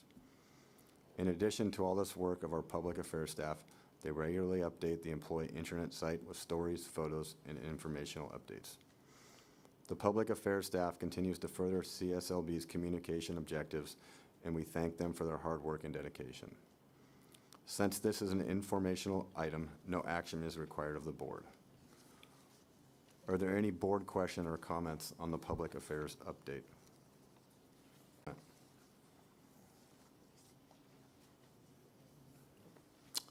Chair Teichert, that concludes the Public Affairs Program update. Thank you, Ellen. Agenda are specific to legislation, and I will turn it over to Legislation Committee Chair Miguel Galarza. Thank you, Chair Teichert. My name is Miguel Galarza, and I'm pleased to serve as the new Legislative Committee Chair. Maybe that'll work. With that, I will begin the legislative agenda with item 1. Our absent member, Jim Roulaine, for doing a great job and being a good mentor and for setting the bar. So I hope to achieve and set that bar, even though I'm a little shorter than he is. With that, item 1, update, review, discussion, and possible action items on 2022 through 2024 legislative strategic plan objectives. Beginning on page 156 of your packet, this section of the agenda is to update of the legislative strategic plan objectives. Item 3.1 is to host an annual legislative day to build proactive relationships with lawmakers and to enhance effectiveness. Staff reports that this plan has been delayed until 2023 due to the challenges of coordinating such an event between the pandemic and the construction of the Capitol building and the relocation of those offices to swing spaces. Item 3.2 is to review policies, procedures, and current practices for compliance with the Administrative Procedure Act to ensure appropriate decision-making. Staff reports that this was to begin in July of 2022, until Chief Mike Janowski took another position at the board as of July of 2022. Mike Janowski is working with management, however, in the division to undertake this project. Thank you, Mike.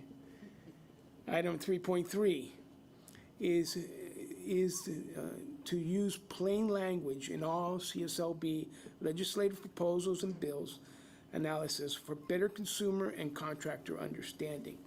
Staff reports that the progress on this item is immediate and ongoing.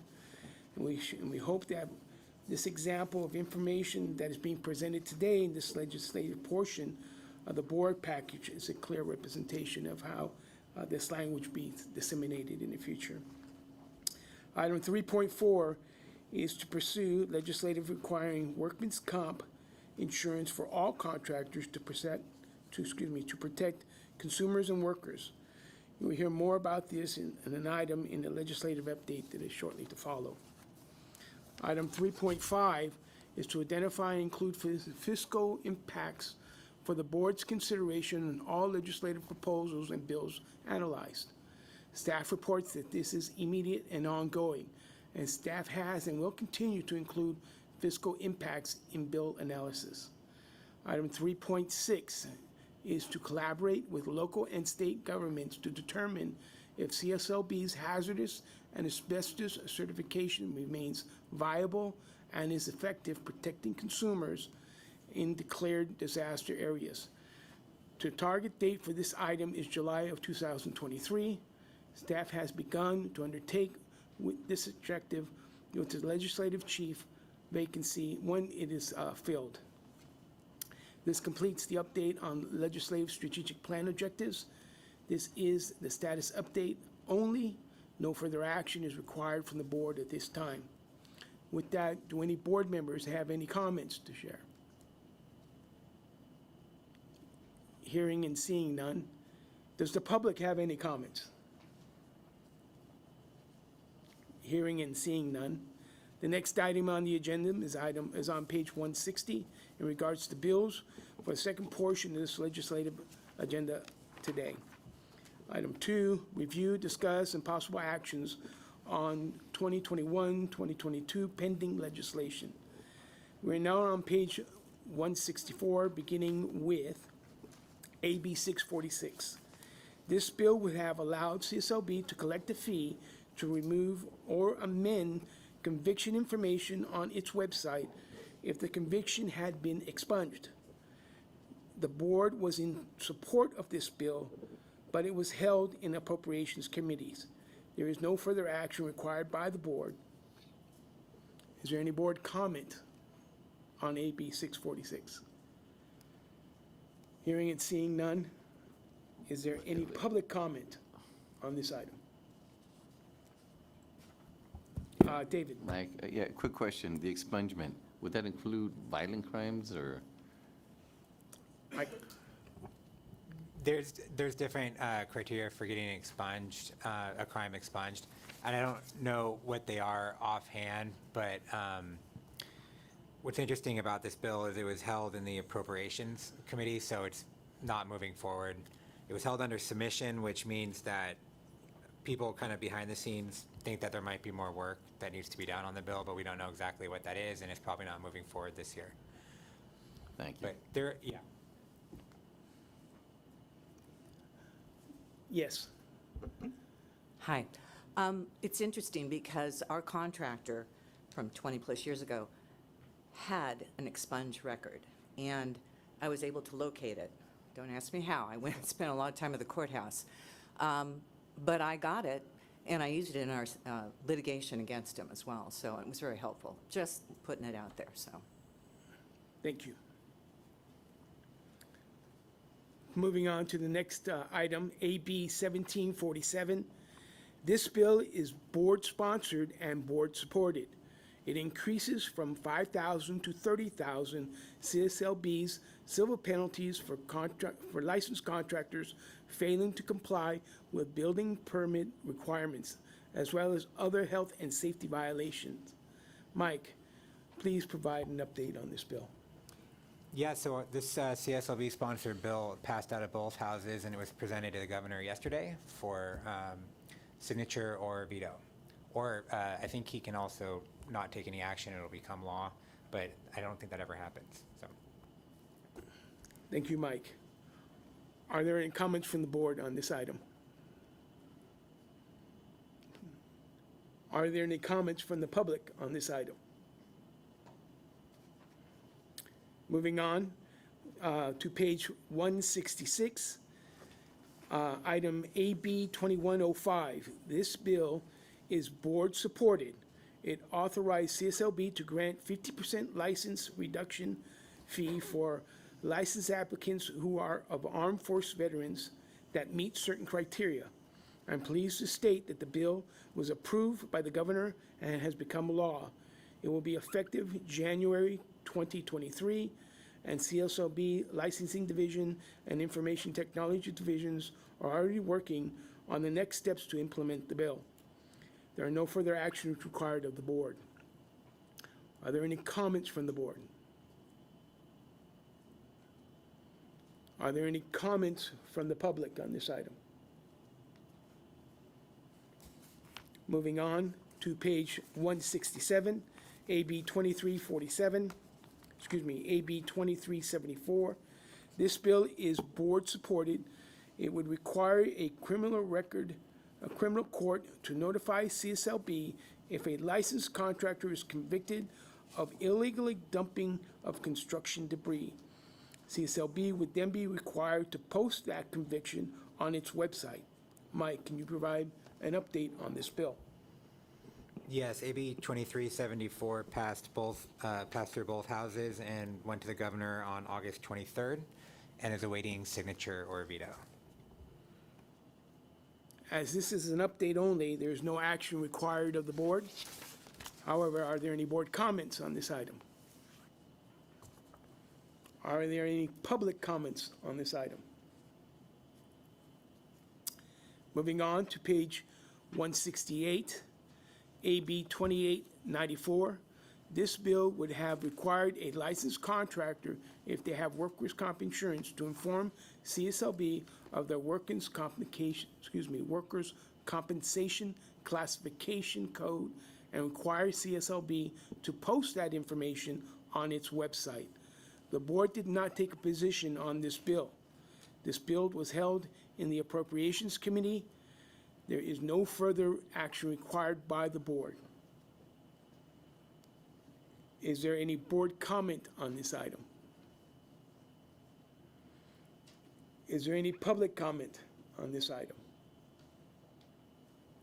Seeing none, page 170, AB 2916. The board has a supported position on this bill.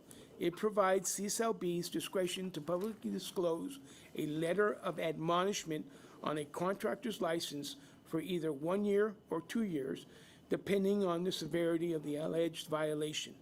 Mike, can you please give us an update to the board?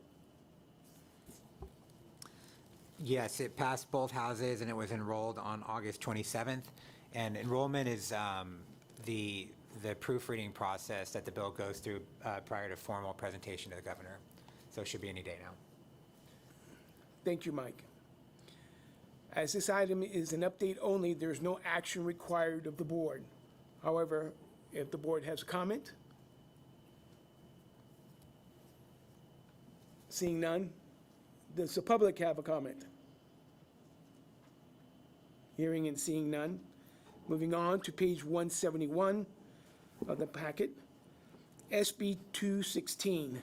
This bill is board-sponsored, board-supported, and also has implementations legislative strategic plan item 3.4. To pursue legislation to require workman's comp for all contractors to protect consumers and workers. This bill would require C8 concrete, C20 HVAC, C22 asbestos abatement, and D49 tree service contractor license classifications to have certificates of workman's comp insurance on file with CSLB as a condition of licensure starting next year. It would require this of all licensed contractors by 2026. Mike, please provide an update on this bill. Yes, SB 216 passed both houses and went to the governor on Friday. Thank you, Mike. As this is an update only, no action is required of the board. However, are there any board comments on this item? Seeing none, is there any public comment on this item? Hearing and seeing none. Next, we move on to page 173, SB 1076. The board does not have a position on this bill. It requires that the Department of Public Health, CDPH, to make California compliant with federal lead safety law, such as requiring lead trainers and renovators to be certified by the state. The last time the board reviewed this bill, it would have required that CSLB to develop and implement an education and outreach program for all persons affected by this requirement, which would include individuals that CSLB does not regulate, like designers, trainers, employees, property owners, etc. We do have an update. As noted on page 162 of your packet, an amendment was pending for this bill regarding the educational program. We're pleased to report that staff was able to work with the author's office to ensure that CSLB can provide necessary information from CDPH about lead safety practices to contractors and consumers on its webpage, as opposed to developing a campaign for members of the public that CSLB does not regulate. Staff extends its appreciation to former board chair Granzella and the former legislative committee chair Roulaine for authorizing staff to pursue these amendments to the bill. There is no further action to be taken by the board. However, are there any comments from the board? Seeing none, are there any comments from the public? Hearing and seeing none. Moving on to page 175, SB 1164. The board has a support position on this bill. It would have required that the California Energy Commission to develop an online register to track the safe and installation of HVAC systems in California. This bill was held in Appropriations Committee. There's no further action required by the board. Is there any board comments? Seeing none, are there any public comments? Hearing and seeing none. Page 176, SB 1237. The board has supported the position, has a support position on this bill. The bill will expand the eligibility in the Department of Consumer Affairs licensing renewal waiver fees for program for active military personnel to include service members ordered to active duty on a full-time basis or change of station outside of California. Mike, can you please provide an update to the board on this bill? Yes, SB 1237 went to the governor on August 23rd and is awaiting signature or veto. And I neglected to include an update on SB 1076, the lead training bill, and that also went to enrollment prior to presentation to the governor. Sorry about that. Back to you. Thank you. As this is only an update, there's no action required of the board. Is there any board comment, however? Hearing none. Is there any public comment on this item? Hearing and seeing none. On to page 177, SB 1443. The board does not have a position on this bill. It is a committee bill that includes many provisions that do not affect CSLB. The provisions that affect CSLB changes the statutory sunset date of CSLB from January 1st, 2024 to January 1st, 2025. Mike, can you provide any information on this bill? Yes, the wonders of technology. This morning, the bill was in the Senate to be heard one more time, and then a few minutes ago, it went to enrollment. So I was able to keep up to date on the latest on that one. Thank you, Mike.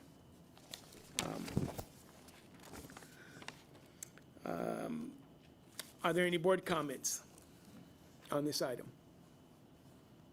Seeing none. Are there any public comments on this item?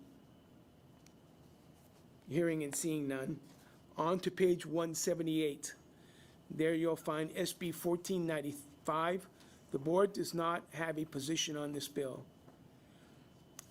This is a committee bill and includes many provisions that do not affect CSLB. The provisions that affect CSLB that provide for CSLB solar restitution program. The public disclosure requires when a claim payment has been made against a contractor, reply to the contractors whose license are revoked or pending revocation. Mike, can you provide an update on this bill? Yes, it's in the third reading file for the Assembly floor today. That's the way. Thank you, Mike. Are there any board comments on this item? Seeing none.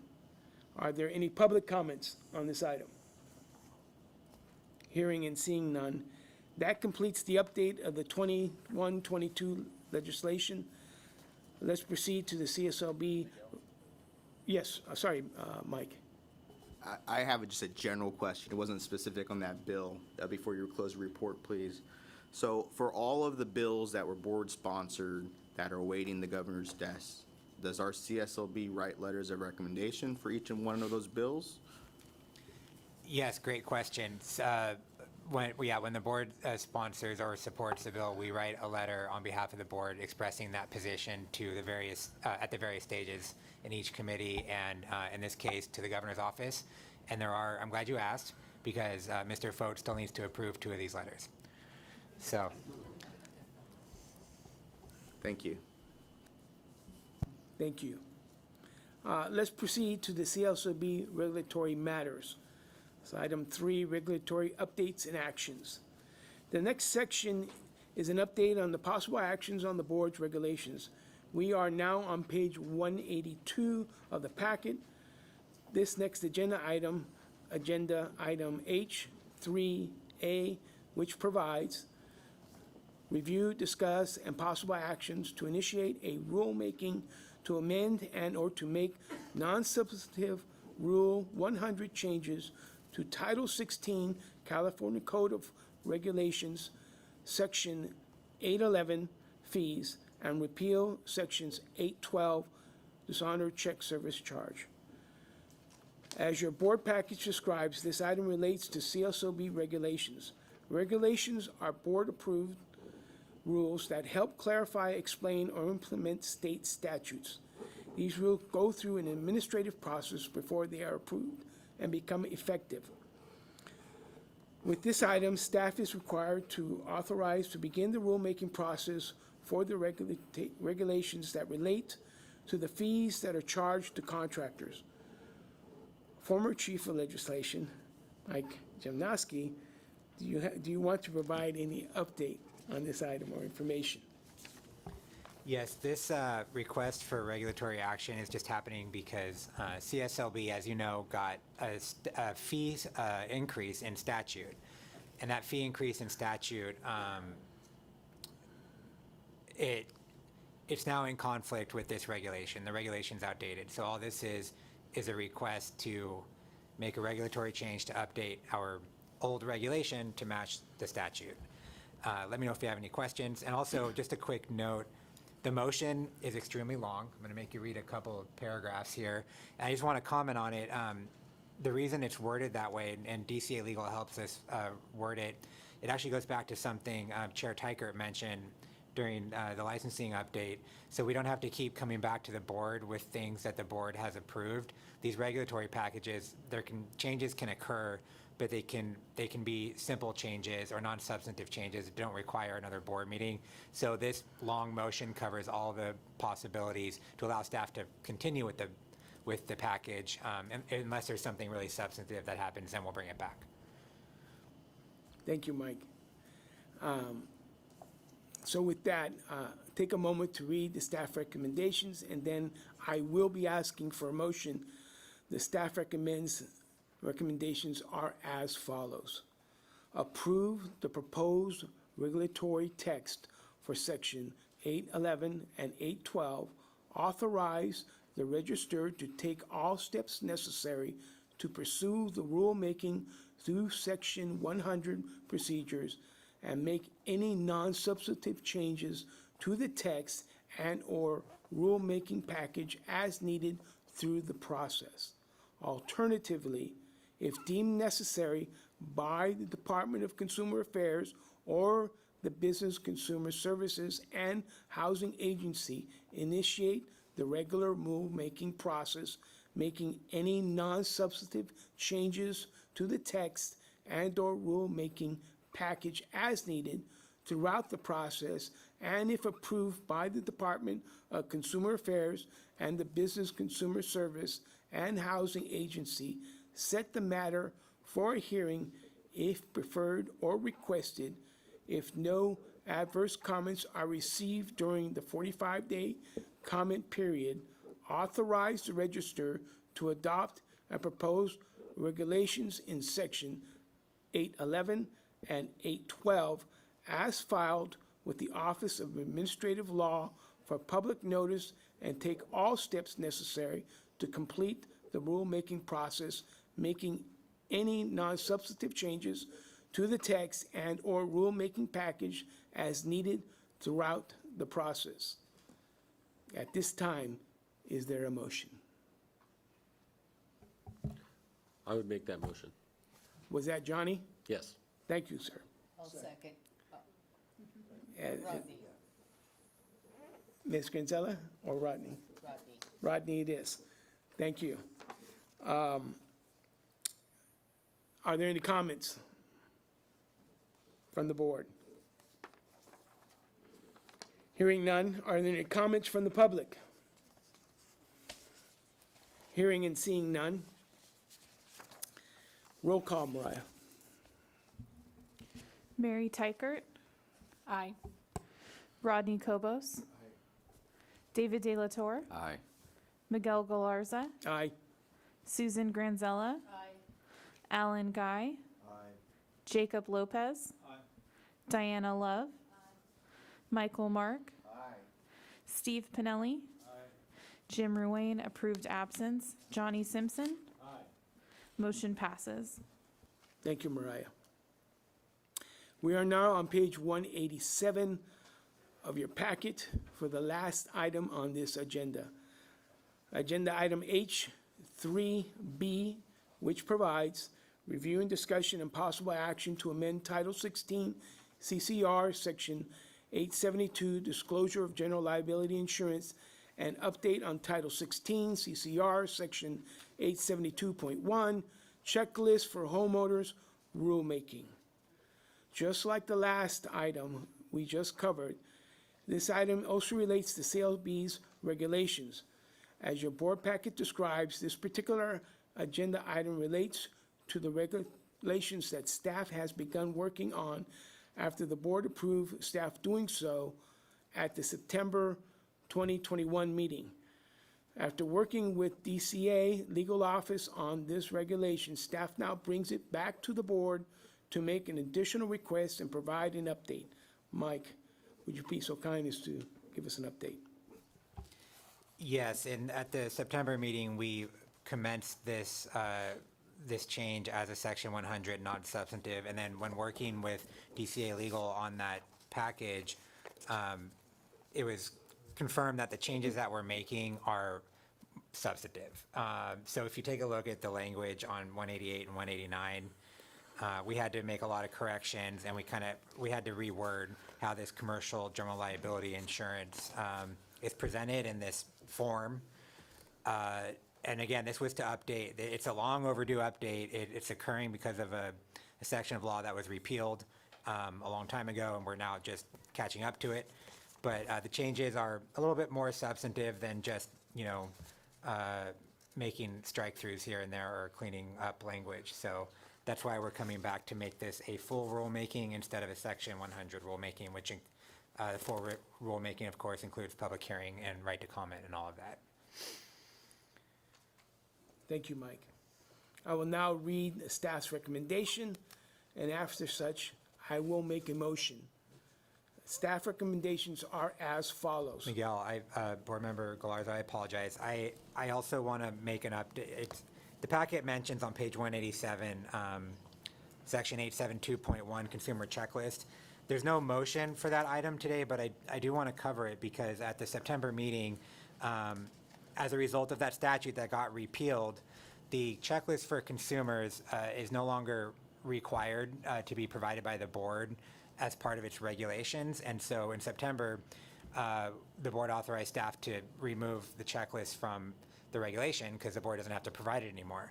But I wanted to update the board that even though we decided that, we went through the process with OAL and talked to them at the Office of Administrative Law, and everyone kind of agreed that there's no reason to delete this checklist.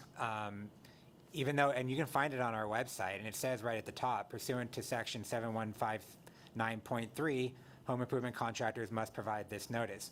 Well, that 7159.3 was repealed. The legislature repealed it.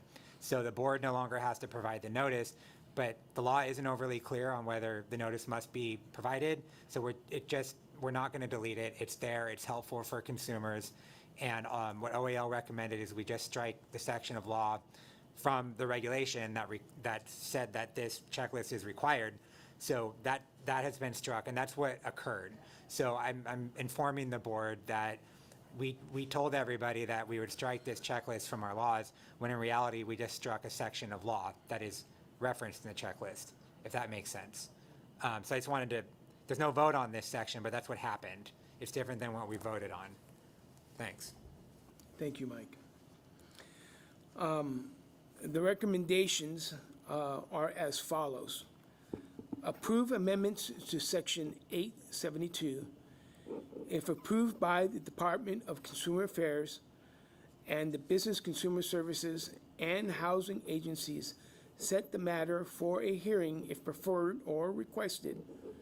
If no adverse comments are received during the 45-day comment period, authorize the Registrar to adopt the proposed regulations in CCR Section 872 as filed with the Office of the Administrative Law for public notice and take all steps necessary to complete the rulemaking process, making any non-substantive changes to the text and/or rulemaking package as needed throughout the process. And with that, is there a motion? So moved. David Telatorre, second? I'll second. Thank you, Ms. Granzella. With that, are there any board comments? Hearing and seeing none, are there any public comments? Hearing and seeing none. Mariah, please, roll call. Mary Tykert, Aye. Rodney Kobos, David De La Torre, Aye. Miguel Galarza, Aye. Susan Granzella, Aye. Alan Guy, Jacob Lopez, Diana Love, Michael Mark, Steve Pinelli, Jim Ruane, approved absence, Johnny Simpson. Motion passes. Thank you, Mariah. That concludes the legislative and regulatory agendas for today. I now We'll be convening in this room at 8:30 for the joint meeting with the Nevada Board. Can I please get a motion to adjourn the board meeting? Thank you, Ellen. Second? Second? Awesome. The roll call is not needed, so the meeting is adjourned. Thank you very much.